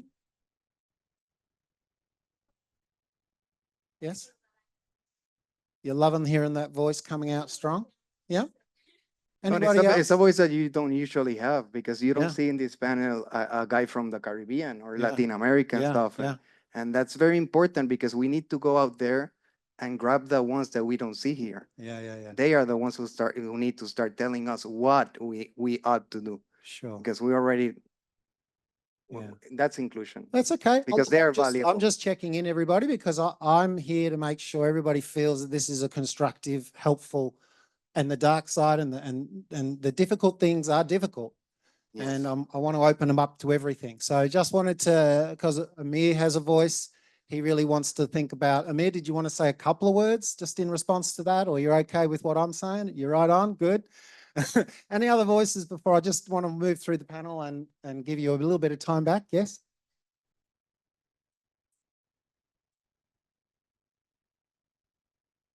Yep.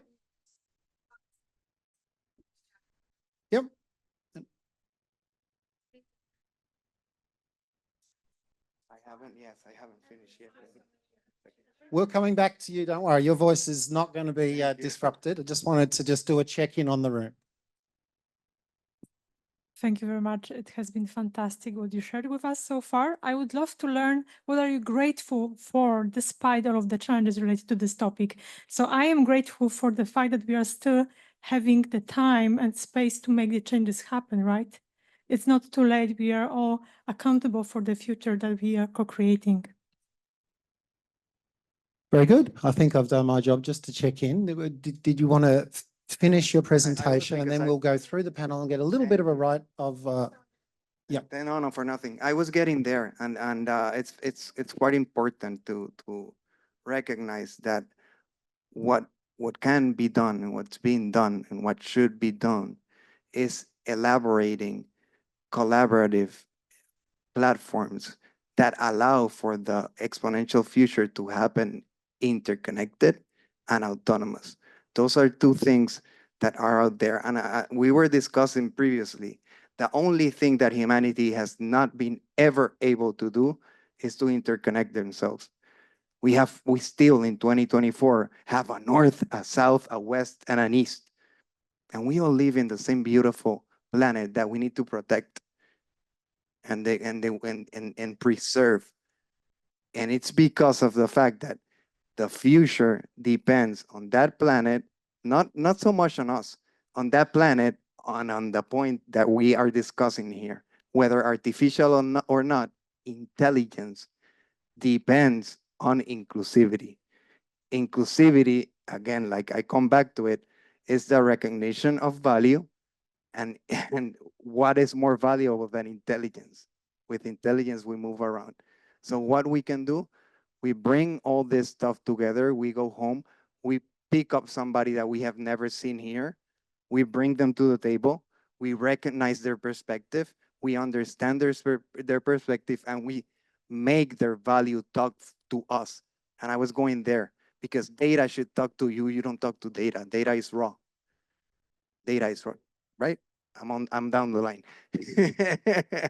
So that's the most beautiful thing that you brought up, and the most beautiful thing that could happen is that when you get out of here, recognize who is supposed to be here to help us build that exponential future that we all want and we deserve. Yesterday, the countries were talking down there, and they all basically agreed. But the point is that they don't really recognize that there's other people. There's a world out there that doesn't understand anything of this. When you think, now start thinking, this is the last thought.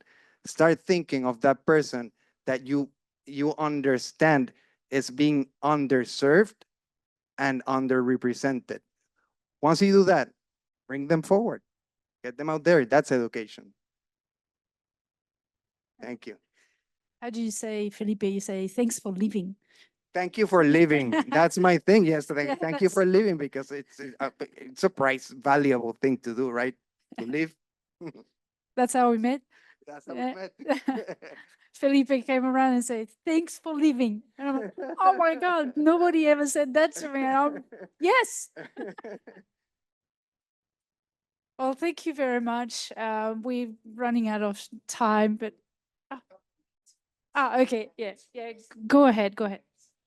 Yeah, I'll pick up on something that, you're saying there's a feeling of heaviness. And let me try and take one tackle at maybe why that may be.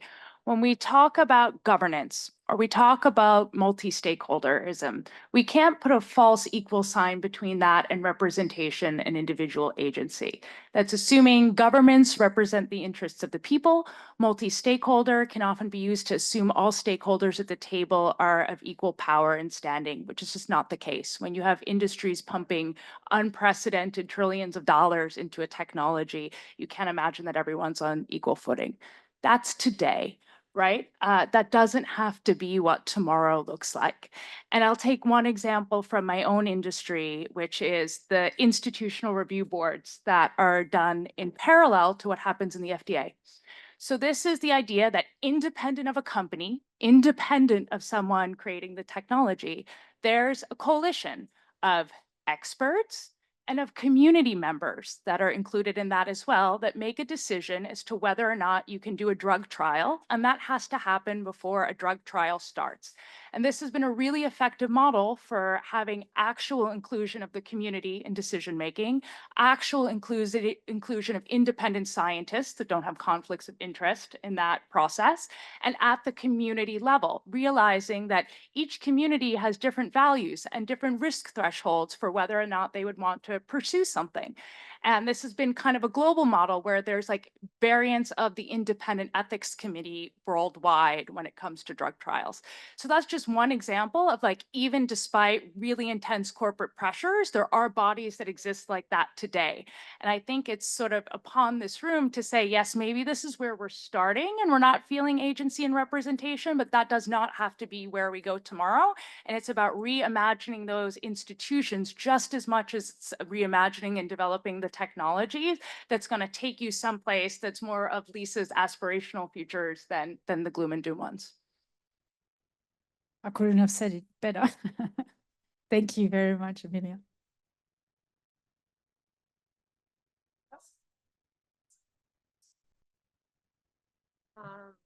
Yeah, I said that I found all the other speakers also very, I learned a lot. I also learned a lot from the three scenarios that were described. I think that they are actually very similar to scenarios that the OECD was also considered in the expert group on AI futures. And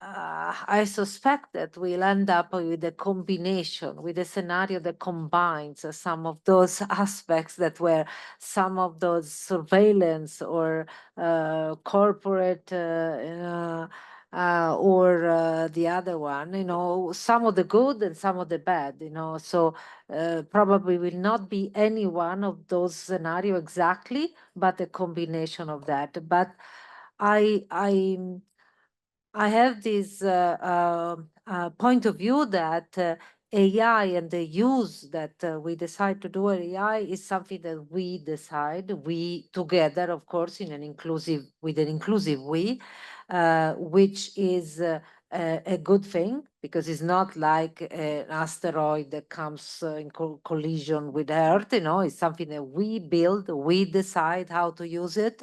But on the other hand, when you have the power to decide, you also have the difficulty of making the right decision, including the right people and so on. So there is a good and bad side of the same coin, But I think we are not passive. We have an active role, and we have to use that active role in the best way.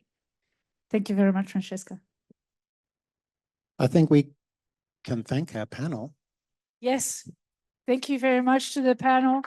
It's been very, very informative, and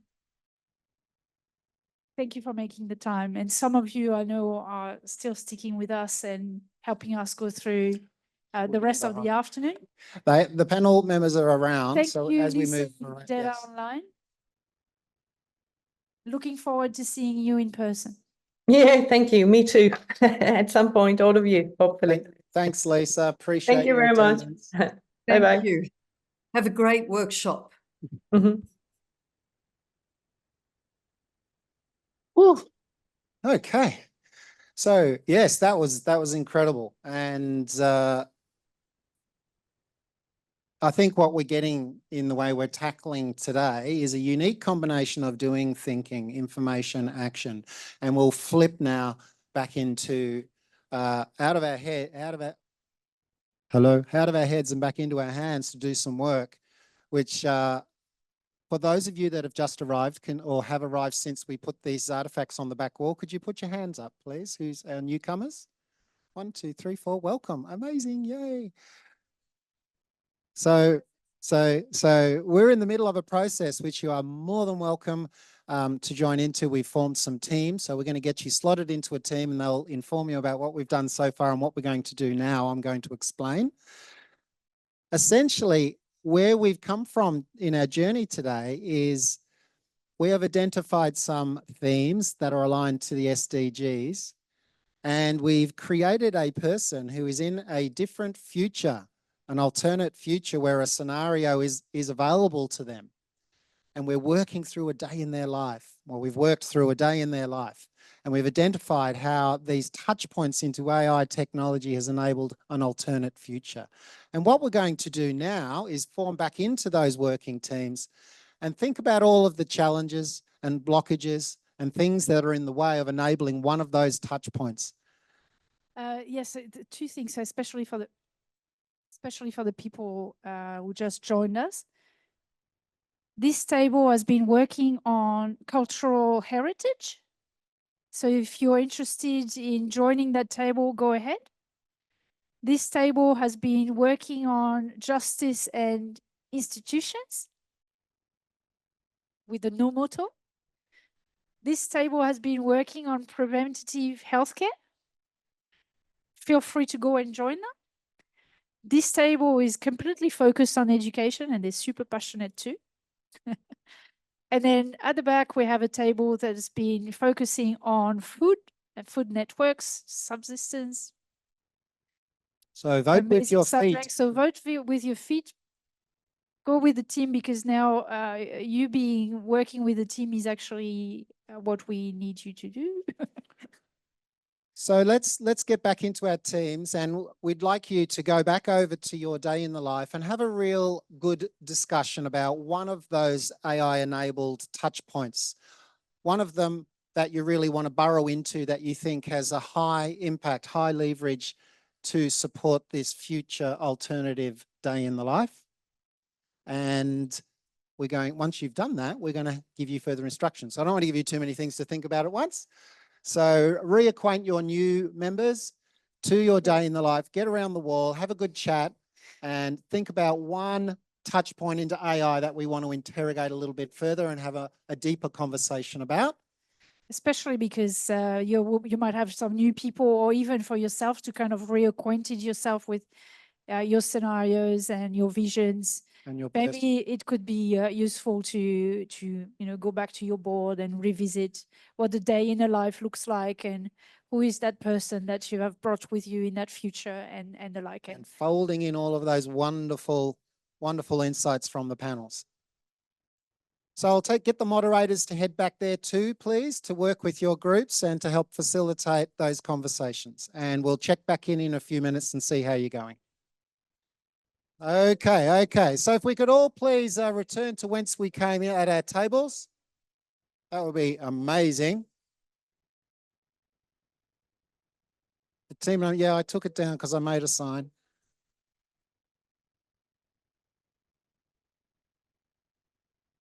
Just AI. Just AI. Could we have a seat? We'll reconvene for a sec. So I'll get you to have a seat. All right.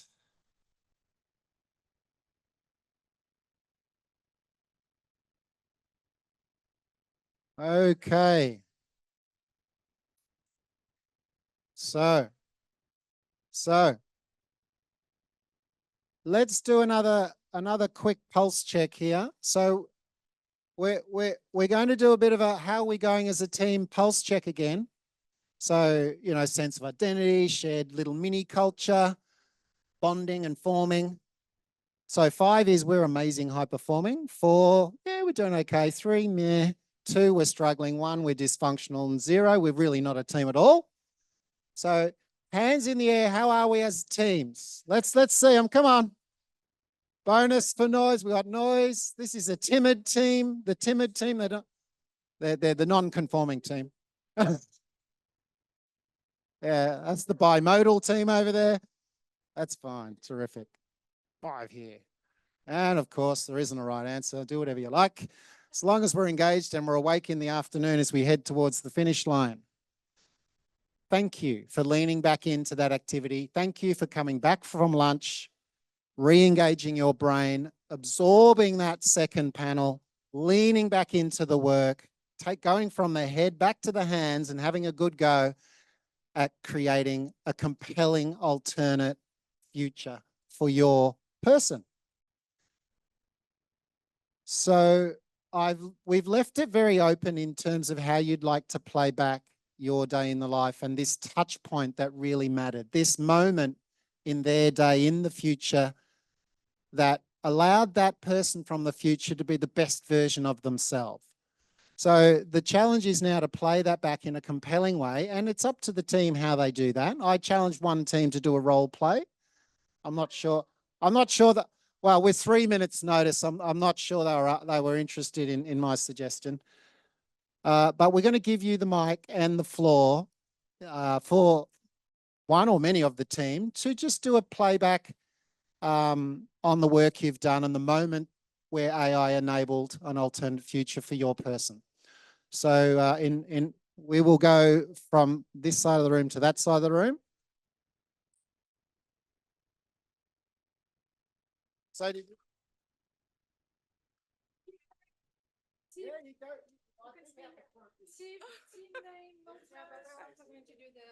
What time will I get?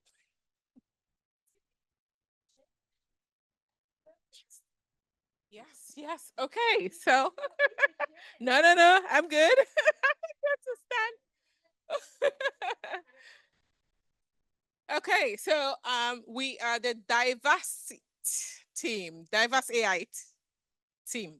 And our motto is, so choose what is most tolerable and not what is most preferred. So that's our motto. Okay, and our persona is Trish. So Trish has a bit of the creator and explorer and a little bit of rebel in Trish. And so Trish has like very good agency, and she works through her day with some time in the afternoon to choose to relax or choose to pause and take a break. And so 2060, you know, Trish is here. Trish may or may not be neurodivergent, but Trish has a microchip embedded out of choice by herself. Now, what that does for Trish is high performing, so it helps her plan her day. Now, Trish can choose what time she wants to take a break, but then the microchip tells her, okay, time to pause now. You've had a lot of work done, so time for you to pause and take like a personal break. And then Trish goes and works out a little bit with the help of AR, VR. So she works out with her friend or her personal trainer who she's personally connected with. And while she's doing her workout, she has like this array of suggestion of AI generated music due to all the cultural taste that she's acquired from listening to different and diverse things. And then Trish, after the workout, she's told, okay, time up. It's time for you to disconnect from the digital world now. Your sister's coming to visit. And here's like options of cultural foods that you both tasted that you can try to cook or make for her. And Trish chooses something and is trying to cook and connect. And Trish also knows that with her mom, who may or may not have ALS, her mom has a Neuralink as well embedded, and which really helps her. What it does is that for her mom, who's used to be super forgetful, Trish is able to communicate with her mom. Trish is able to get historical knowledge of cultures that could have been forgotten if not for the help of this microchip and this microlink that's in her head. And also, there's also the bit that because she works from home, she doesn't travel as much as she should, so she doesn't have too much cultural awareness. But this microchip is able to support her in her work and speak and tell her, like prompt her on how to behave when meeting with a new client, and try to talk to her about or give her prompts of how subjects or cultural topics to use to connect with her clients and her customers. Now, the thing is this, with Trish, she has informed consent about each of these different actions. The system that operates is able to tell her, look, if you choose this, this is the end result. If you choose this is what is good, the consequence. And she's able to say, yes, I want to continue, or no, I'm not able to continue, disconnect. There's also the ability for her to say, you know what, I do not want you to plan my day. I do not want your support, and she disconnects completely. Now, the microchip is also reversible. It means that Trish can go to her doctor and say, I'm done. I don't want any of this. I don't want help. I don't want this new technology in me. And then she completely disconnects. So that is Trish. If I have missed something, if I have missed anything, please, I can ask some of my teammates to connect and talk about it. Thank you. Well done. And what was the one moment that mattered in that day? I would imagine towards the end of that day when... Yeah, at the end of the day when Trish, she's getting ready to go to bed, she realizes that she's actually living a rich life with some support that she didn't expect to, live in the past. I mean, it comes with some challenges, but the benefits are somehow outweighing some of the challenges. She's able to connect with her mom, whose memory is preserved through some of the technology. She's able to have time to connect with her friends, even in a hyper digital world. She's able to work out, have some well-being, even in a hyper digital world. So for her, the benefits were outweighing some of the risks, and she's able to contribute in a meaningful way.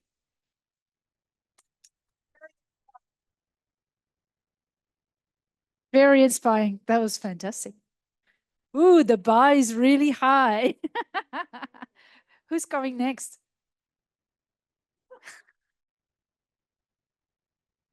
Come on, come on. Did I sing a song first and then let you? Who is the representative of the education team? Here you go. Do you want me to hold the microphone since you have, or I can hold that if you want. I'm not good with microphones. That's okay. I'll hold it for you. Okay. Hello, everybody. Imagine yourself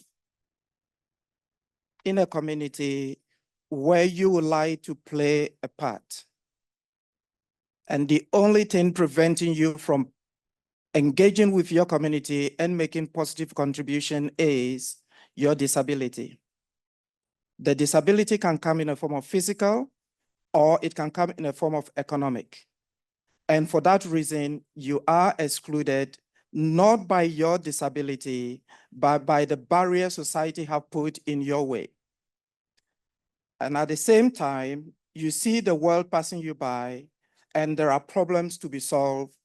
You wish to have the means or be allowed to take part, but society said no, because you don't have the right credentials and because you do not have the grades required. That is me in 2061. Now come around artificial intelligence and generative AI in particular, which now enable me to navigate the world of education and be able to learn, and not only learn from others, but be able to contribute to others' knowledge as well. Imagine what that would do to my self-worth in 2061, because I'll feel valued, respected, and also fulfilled. That is the world harmonizing,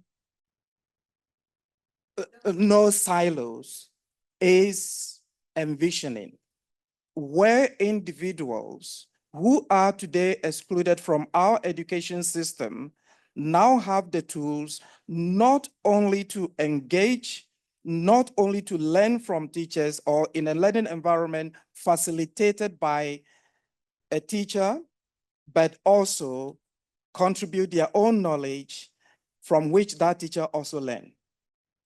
The student enriches or learn from the wealth of knowledge that the teacher brings, but the student also have the space allowed for him to contribute so the teacher can also learn. So they are not only learning from, not only the student learning from the student, from the teacher, but the teacher also learning from the student. Imagine that enriching environment where learning is not only a place we go to acquire knowledge, but learning is a place we go to share, contribute, and participate in the community that we are in, finding solution to problems that matters to all of us in 2061.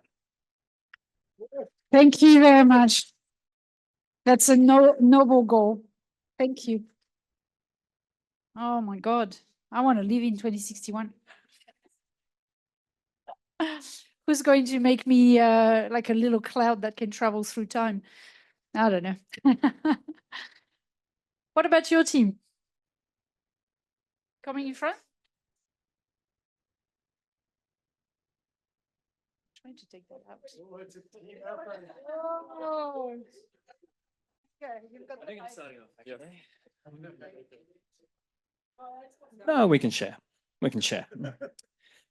Okay, so we're discussing a woman named Olive who is 40 years old and she's pregnant with her first child. We were going to act this out, but I was a very poor 40-year-old pregnant lady.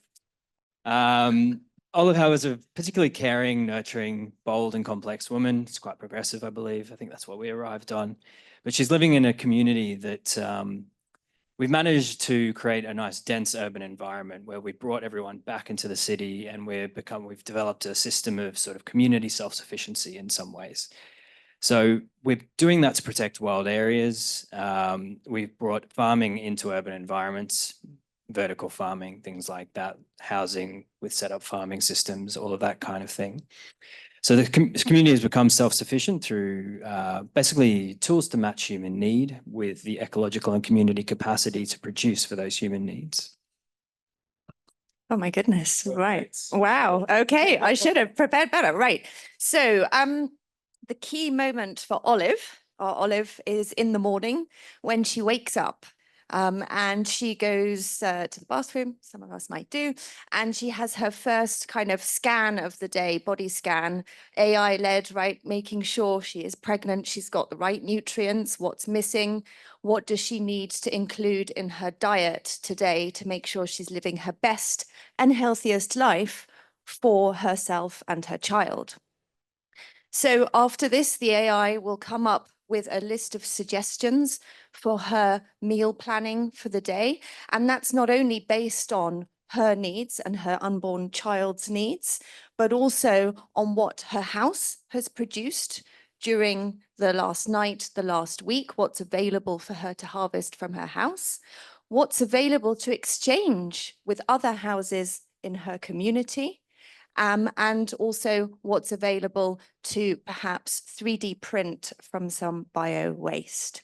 So then once she's made her meal preparation or a meal choice, then it sets a whole chain of actions in motion, which I think you're going to talk about. I don't know if I took over that, sorry. Yes, so she selects the food and kind of the AI takes over and supplying it. And most of the work in the Society of Olive is done by AI and robots, and there's not so much to do for her, but still what is most valuable to the people is goods which are created by humans. So during the day, she does a little bit of sewing, maybe as a present for someone she likes. And also people value human interaction a lot. And care work is therefore still done by humans. And since she's pregnant, a care worker will visit her during the day. Yeah, and for lunch, she's having a community lunch, meaning that everyone in the community brings what their homes actually produced. And then either a autonomous robot chef creates the meal or they do it themselves. That's actually up to them. And afterwards, I think she has a little bit of free time. So we have discovered UBI in this highly advanced society. Everyone is getting fixed income already, but they still produce some stuff themselves. Most valuable stuff produced is handcrafted or created by humans, taught by humans. So despite the fact that everything is done by robots and it's highly automated, most of the things that are most valuable in this society are human-made. And food and cooking and sharing meals and sharing the food produce system with your community, with the people in your city, that is a way to connect. So our Olive only works 4 hours a day because everything else is automated, and her work is something that she highly enjoys and feels motivated about. She has a wide choice of activities that she can do that are also highly creative. In the evening, she relaxes with AI-created entertainment, maybe theater, maybe a movie, maybe something else. And if by the end of the month her UBI runs out, then she finds something niche to do in the evening because she doesn't have to work at a fixed time. And she's living a full, holistic life that is also going to be a bit longer than the lives that we have today, because she's living healthier, she's enjoying her community, and she's hopefully much happier. This is all from us. Thank you very, very much. Thanks, Sasha. Wow. I'm wondering if there's already bits of that we're living in. There's something about what Francesca was saying before, you know, there's this mix of ideas of, there's some things that will be, we can imagine will be evolving, you know, in a crazy manners, and others that will be just being very human and not really changing that much. I love your approach. What about you? Ooh. the justice is served. I couldn't do better. Who's taking the mic?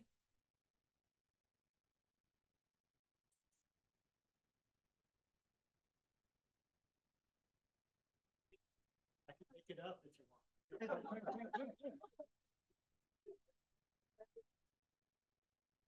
Well, I think, I think different groups work at different rhythm. And put it this way, we can come up with some bluffing idea, but I think we have nothing that is really stable at that time. One thing that we actually been struggling is we had different understanding of what this person will be taking with us.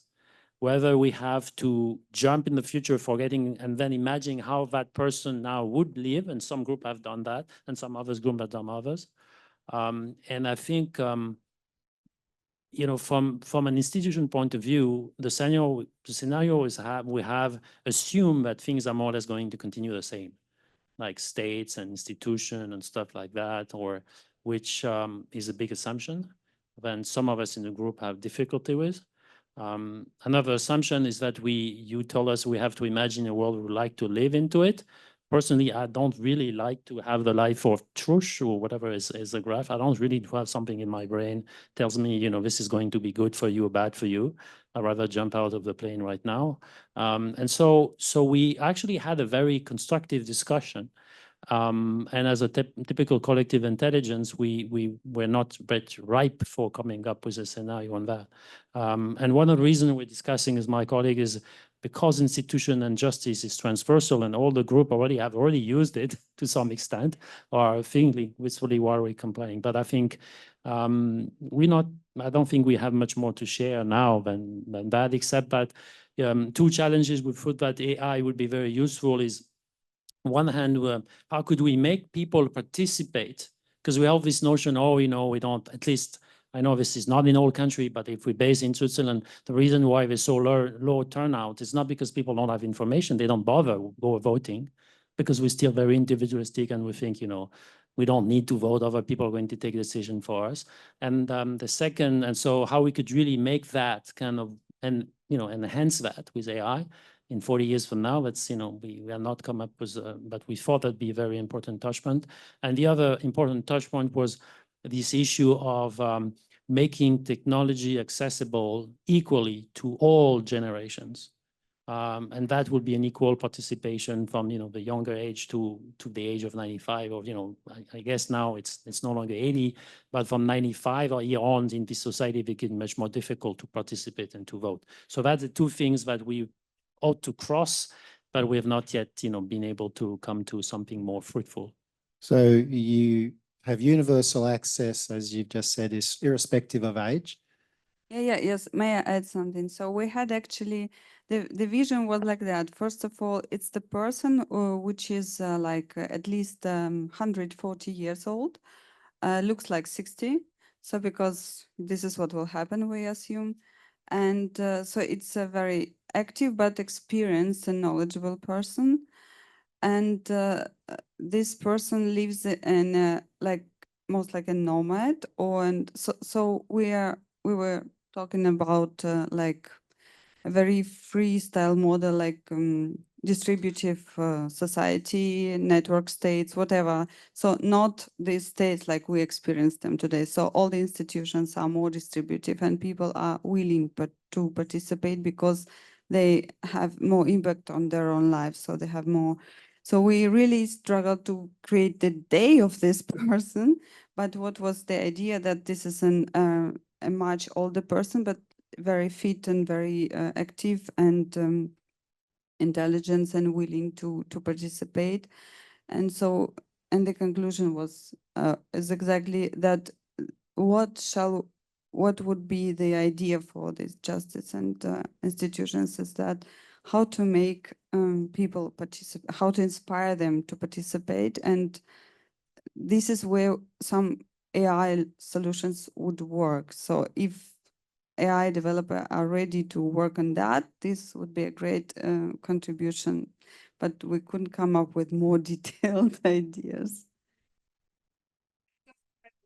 Because I could see that you've actually interrogated so many things, which was great. You had all of you, your critical thinking cap on, and you looked at the words, the exercise, and you questioned absolutely everything, which was quite amazing to witness.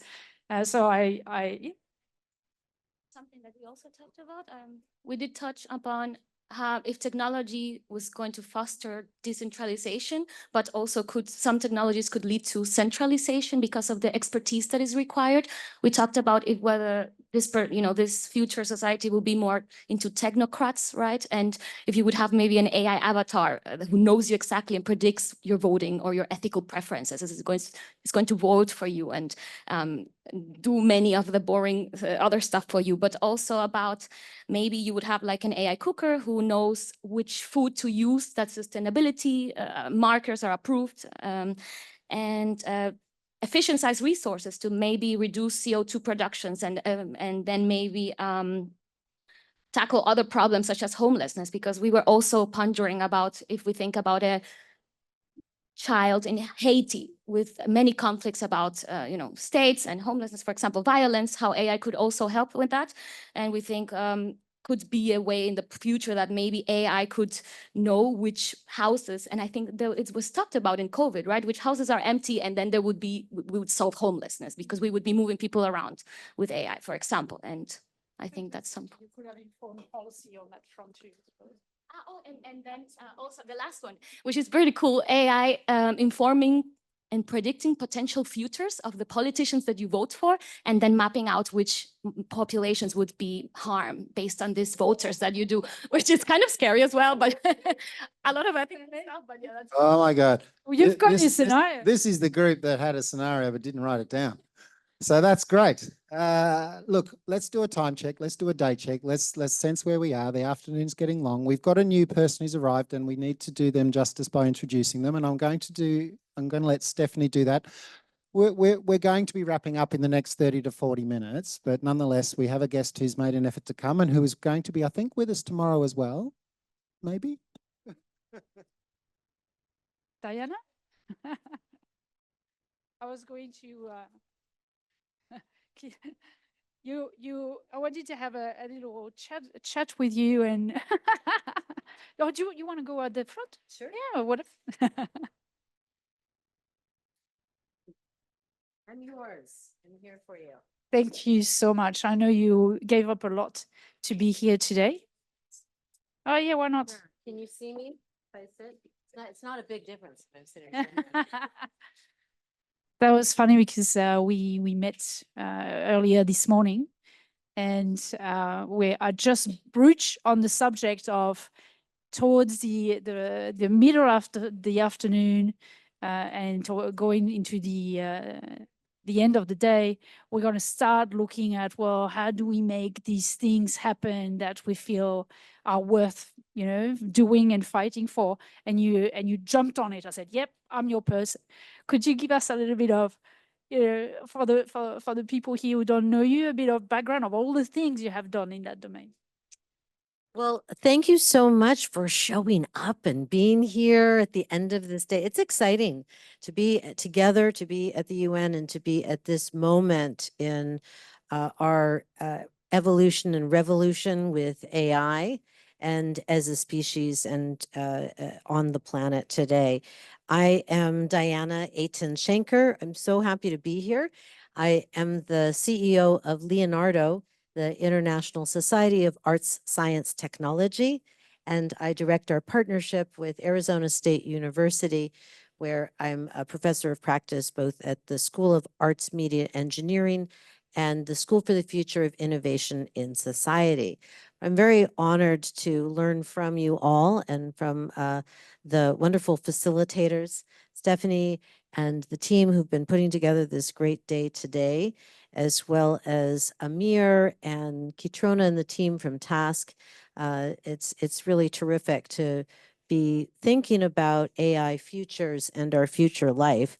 What I wanted to share some thoughts with reflects some of the things that I've heard today and that I've thought coming into to this time on how we're shifting from thinking to action.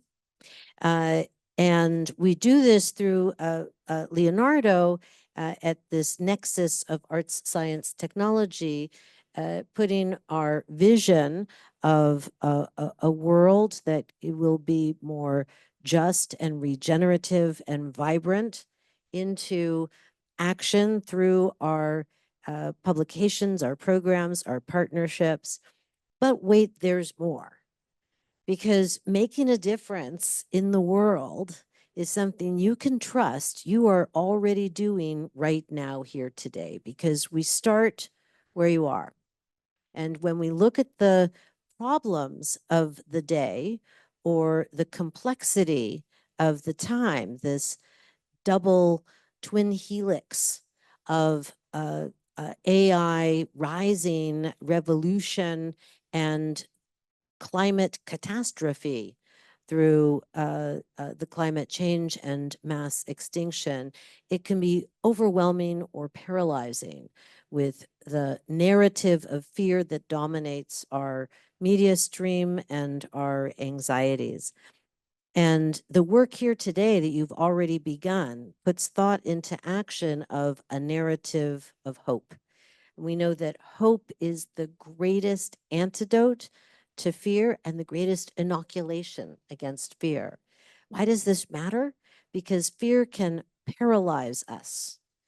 It can make us deny where we are or where we could be.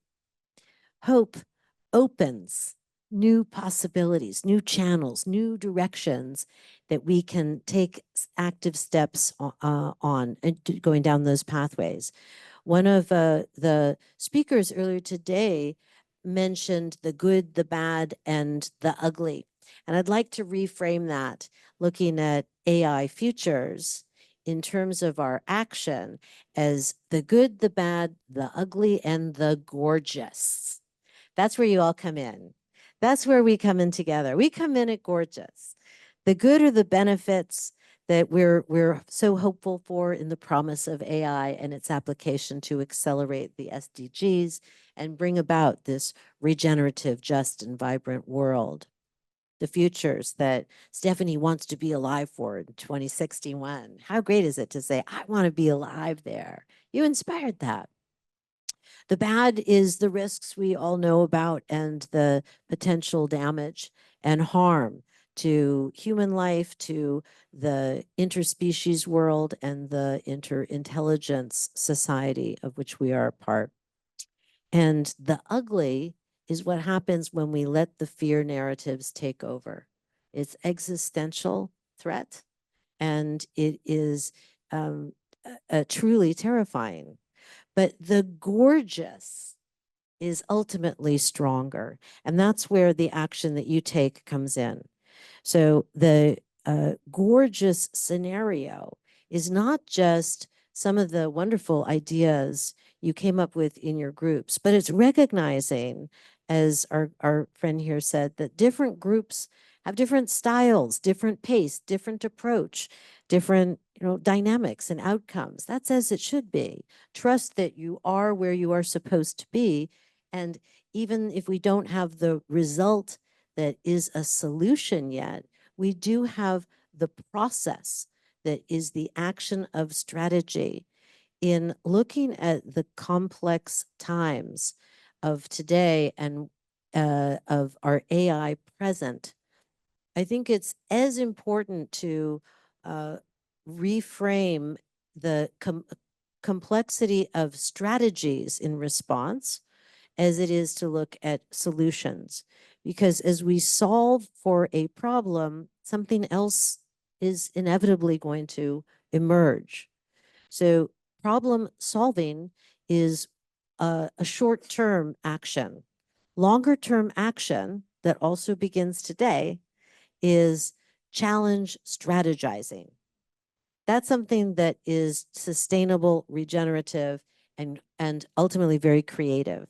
So I'm delighted to see where we're going to continue to go today, where we're going to go tomorrow, and where each and all of us will be building that AI future that we all want to be living in.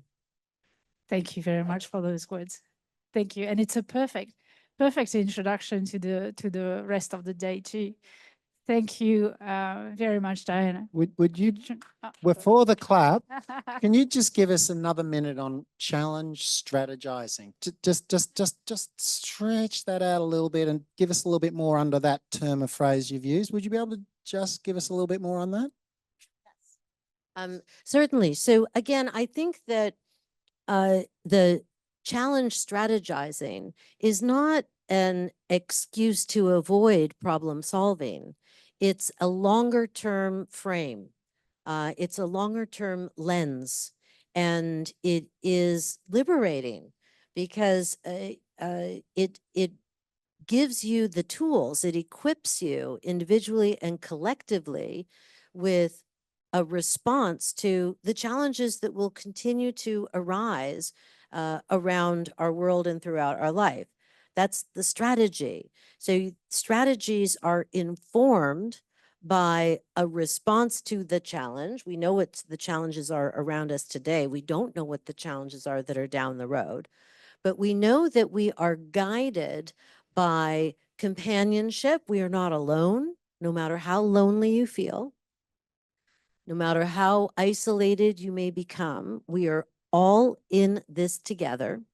Strategies are informed by curiosity and by compassion and by what I like to call a values in action compass, the via compass that shows us the way, the via.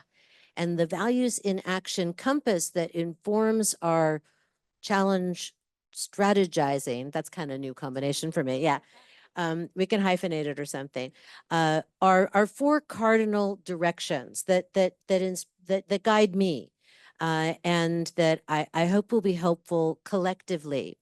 They are inspiration, intention, integrity, and impact. So as we challenge strategize, as we think about the longer term framing of problem solving to strategizing around challenges, myriad and yet to come, we are guided by the inspiration, that aha moment that makes you feel alive when you feel your breath deepen and your heart beat. When you are inspired, you're on the right path. We're guided by intention, the vision, the clarity to see the change you want to be, not just be the change you want to see. We're guided by the direction of integrity, that which is whole, integral, integrated, which is honorable and essential. And we're guided by impact, that wonderful two-word phrase that should follow the end of all those things that excite us. So what? So what? What is the impact?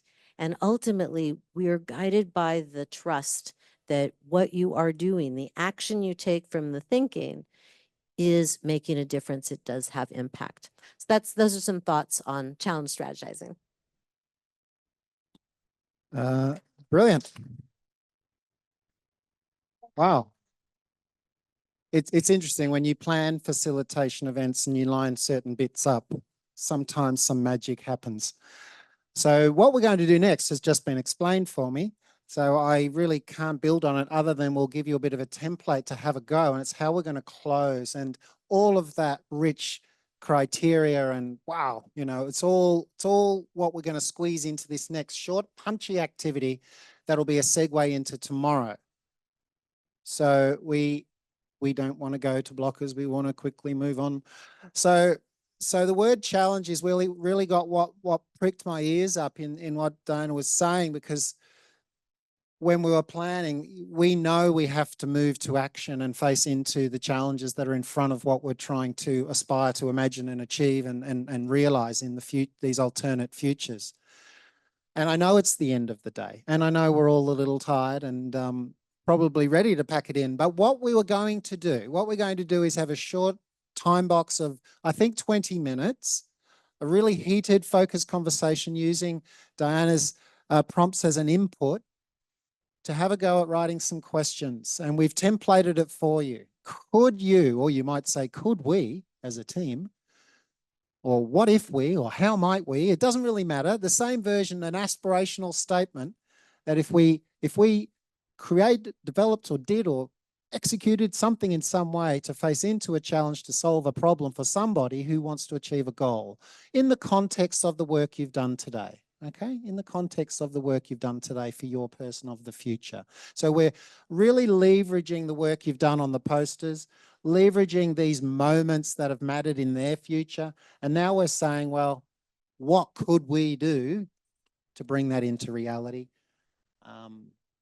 And it's a challenge because it's super difficult because we've aspired and we've thought and we've jumped way out into the future. Stephanie, did you want to? Oh, you've already, when you did your presentation, you already mentioned a few of these AI futures where you say, oh, this is where we have a problem and we can imagine that this will have to be overcome.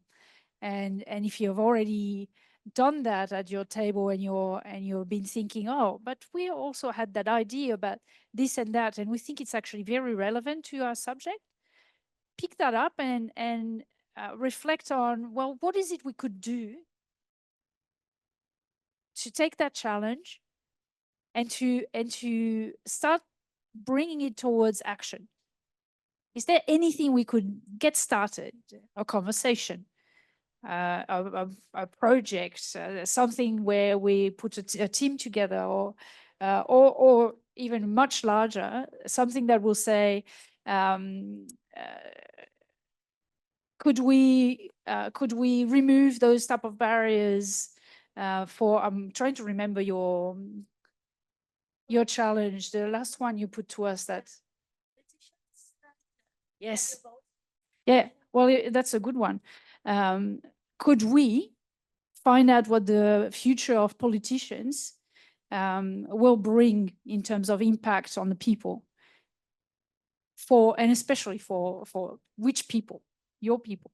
And So have a go at writing one question. And the idea of the versioning there is that as we learn and interrogate, and this is where we'd like you to spend a focused 10 to 15 minutes at your table, and then let crazy talk to the other tables, and cross-pollinate and interrogate and iterate your question. But spend some focused time in your team for 15 minutes, and then we'll open up the floor for a bit of roaming and cross-table conversation and see if we can get to a better version of our question. And then I'm just going to finish now.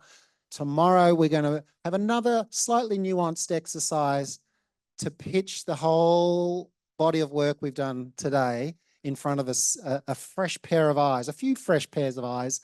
And that'll be another way for them to hear for the first time those beautiful stories, the challenge you want to have a go at as a team, and then they'll give us some more feedback. So we're really deepening and enriching it, is that a word, with new people in the room for a short, punchy 2-hour session if you feel free to join us. So we've got 15 minutes now on the table, then we'll do 15 inter-table, and you want to say something?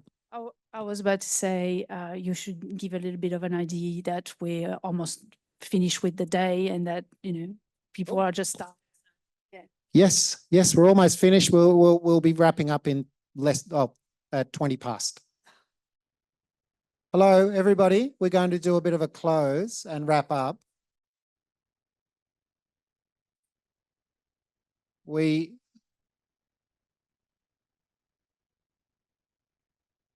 are going to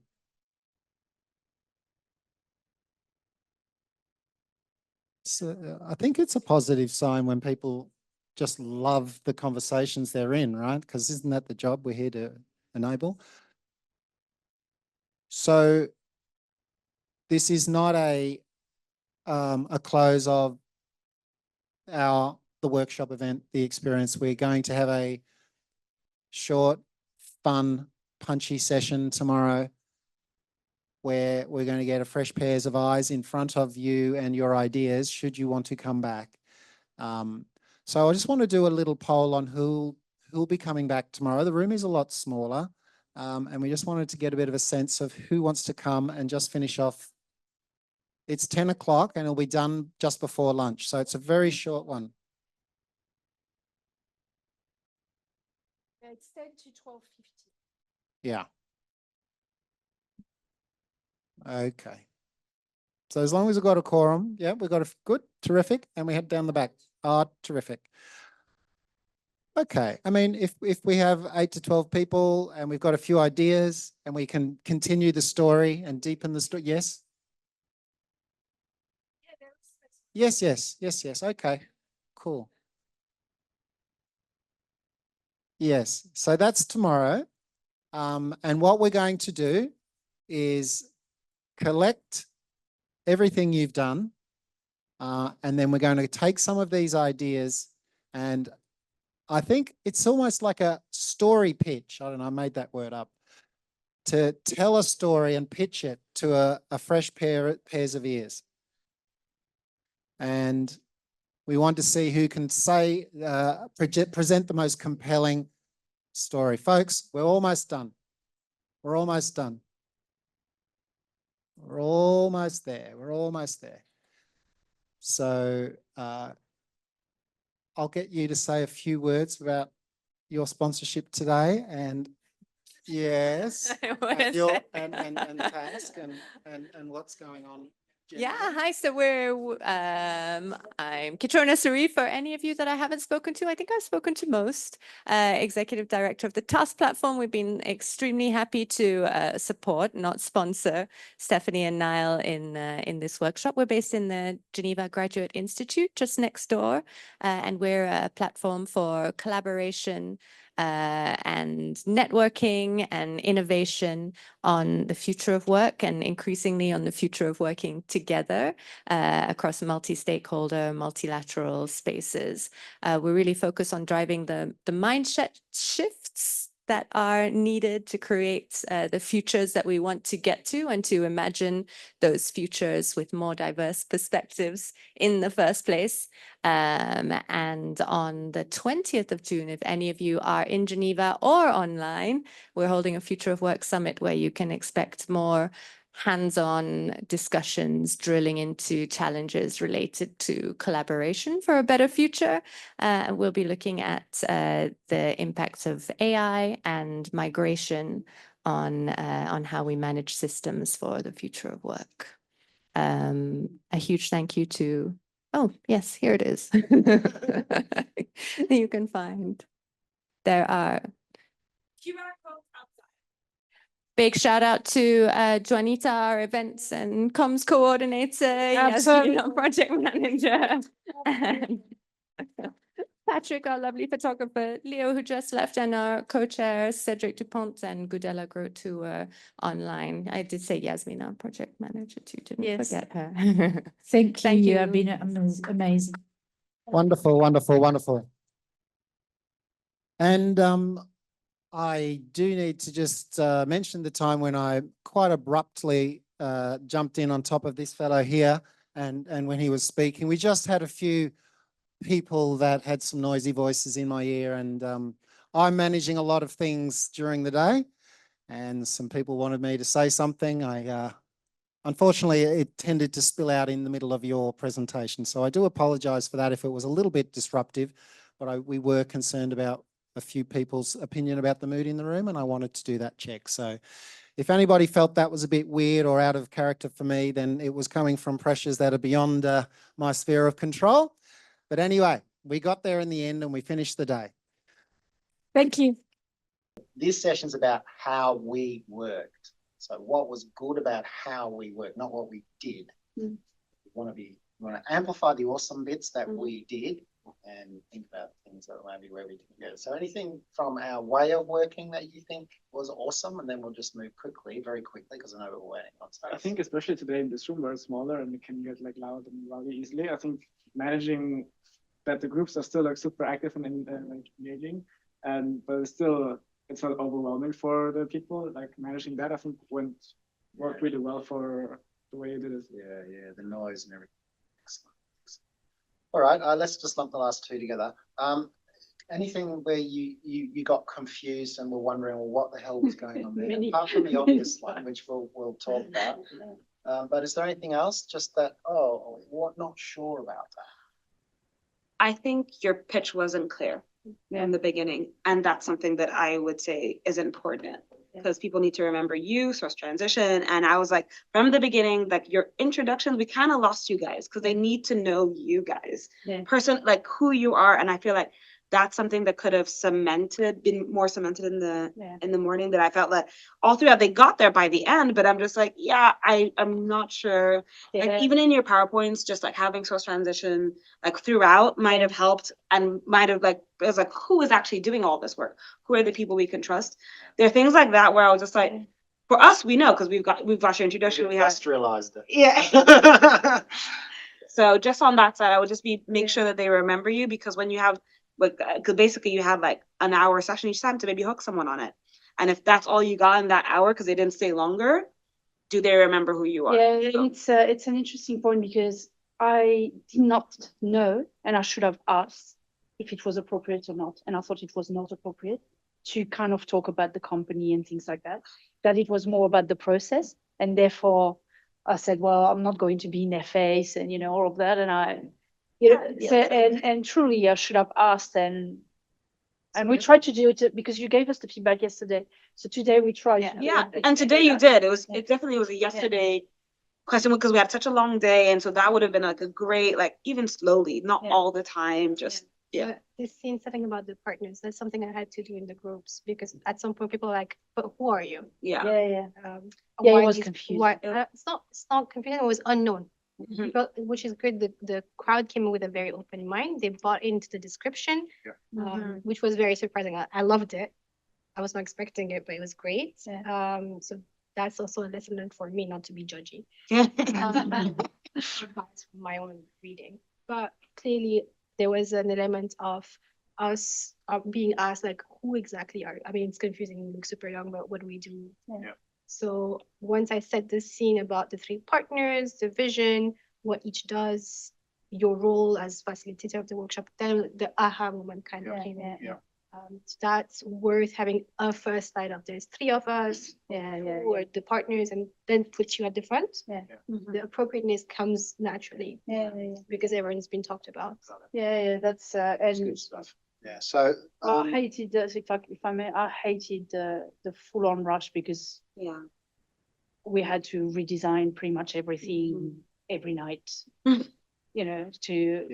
every morning and that means that all this attention to detail that that's normally, I'm actually quite annoying with this type of stuff, but I had to make choices, and I didn't like that.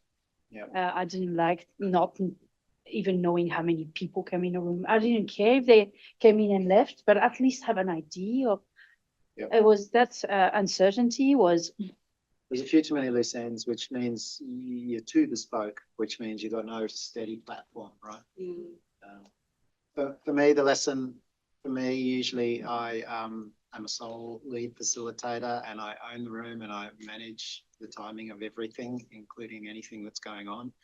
Working with you, that was shown up yesterday when someone was wanting me to do something and you were holding the space over there and I wasn't connected to what you were doing or what was going on.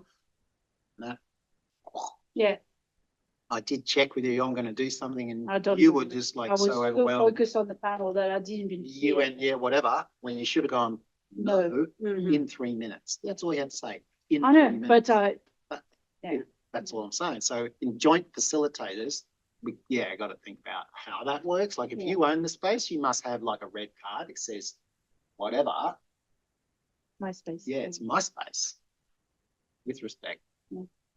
Whatever. So that's okay. But that was tough. But we got through it. It's no big deal. Everyone's still friends. What else? What else was confusing or went a bit wobbly? I would build on the owning the space, because I think you naturally own the space because it's what you do. And Stephanie naturally does not own the space in the same way. And especially with when you felt like your beautiful plan wasn't holding together just as you want to, I could feel the nerves taking over. So there's so much that I heard from you in the preparation of this workshop that didn't come through as much on the day. I would notice today she had more ownership because we made a design decision for me to just get a step back. And in terms of what the pleasure of working with you both. It's really lovely to see that self-reflectiveness and that responsiveness to things as well. Yeah, it's and I am not an extrovert, so it takes me triple the amount of energy to do this. And I'm super. You had already, and yeah, and yeah, I mean it's something that I need to learn to do, and I think for me it will be reflecting on what I can change. There's some bits that I need to just learn by heart, and it's something that I just practice every time. The way I introduce myself, the way things that I just need to nail that, so that I don't have to think about it and stop being a stress. Exactly, because I think that's the key. Like, we never want either of you to change. So I the introverted side can give people a lot of space. It is removing, because sometimes like when you have big personalities, it becomes threatening to some people and they want to get into competitiveness, and then you find themselves like, this was not the purpose. So like that, those things about your nature can be really great. But as you said, it's about how can they not be like, let's say, finding your way of facilitation. And you did it. Like when you are in your groove, you do it naturally. And I love, because it just opens you up to collaborate with people just like you. And I think there's great balance, but I think we found it more on the second day than we had on the first. And that's something that I would say, like, replicate that, like keep replicating that. And the growth will happen, but it's like that mindset thinking, and that's adjustment, right? And this context is not an easy one. It's just not. The first day there was like formal structure of panels. Yeah. So when there's expert like setting, it's always hard to break in the whole corporate workshopy thing you might be more used to. Yeah. But that's the international GENIA space when there's a panel. Yeah. We still invent that decorum, all our different walks of life. Yeah. So, but the overall feedback is everyone left super energized. Yeah. And I feel like Amir was very happy. Yeah. With the way he left. He's very happy. So like check. And I would add on my point about the balance between you two. It's just because we know what you were looking for, and we've spoken to you before, but I don't think anyone in the room would have been in the least bit concerned about that. Yeah, we're just moving the exactly. stuff backstage together. Something that is there in the design and in an environment where it's more settled. Then where we have a little bit more control over, then it will all be there. Yeah, because I think for all teams, we have this kind of like the robustness of the equation. Yeah. Because when you have all these unknowns, can we stick to our core as things get shaken up, right? It's always a test, but it's always great to know, like, okay, we'll learn from this. Next time we learn from these elements specifically. I think because it's like breaking things down for a setting like this into all those different modules. That is something that I would say, like, put that in your toolbox. Because if it happens, and you guys are like, okay, just like the other time, we're breaking it down. Yes, these are the major. Mix and match and take exactly. And so like that way, no matter what happened, you can adapt it, like module it to like. Well, we have outcomes for each module. And yesterday, when we had achieved the outcome of talking about the dark stuff, we didn't need to do the blocker module. So we removed the module because the outcome had already been achieved. Anything else from anybody about? I think the panel moderation, we can talk more if we end up doing panels, because they can, and I think that's what set Amir off as well. Yeah. That I'm not a moderator. Yeah. I am not a moderator. We can talk about that. Yeah. But that the panel is standard. Everyone will be used to it, but we can do it. Yeah, it's not our capability that we usually execute. So it was probably just some knowledge learning stuff there. Yeah, and I should have stepped in because Stephanie did say that she had done it before. I was like, fine. I should have like steered it more than I did on that panel moderation. I think it's powerful having panels, but if we can put them in a box somehow and make it work a little bit better. There's ways that we have, like in terms of where we put them in the program, like we try to do it in like, this is the place that they come in. That's questions like what Amir was getting at was the questions we asked the panel were very open. And then you left them to do their own thing for like quite a long period of time. They had precise questions that are given them before that we had rehearsed together. And then they didn't follow the script at all. I think it's also the intro introduce them, because that's when they got like, oh, I'm free. They just like, oh, I can do what I can tell you all of the things that I feel like I think they took that licensing and ran. Personal pitch, we've gone through those hurdles where that space becomes a personal pitch rather than a conversation. Yeah. Yeah, and the other thing is normally when we run workshop, we choose who the speakers are. Yeah. We had a few imposed on us. But there's many that I didn't choose at all. Like we've controlled. Yeah. No, you, because we asked you, so that was fine. But there's also speakers that, oh, and by the way, this person is coming and this person, and then we had to We're doing favors. adapt everything to try to make them fit in, even though that might not fit within the workshop. So lessons. It's a lesson. Anything else? And we'll go and because people. Well, congrats overall. That's what I would Thank say. you. Congrats.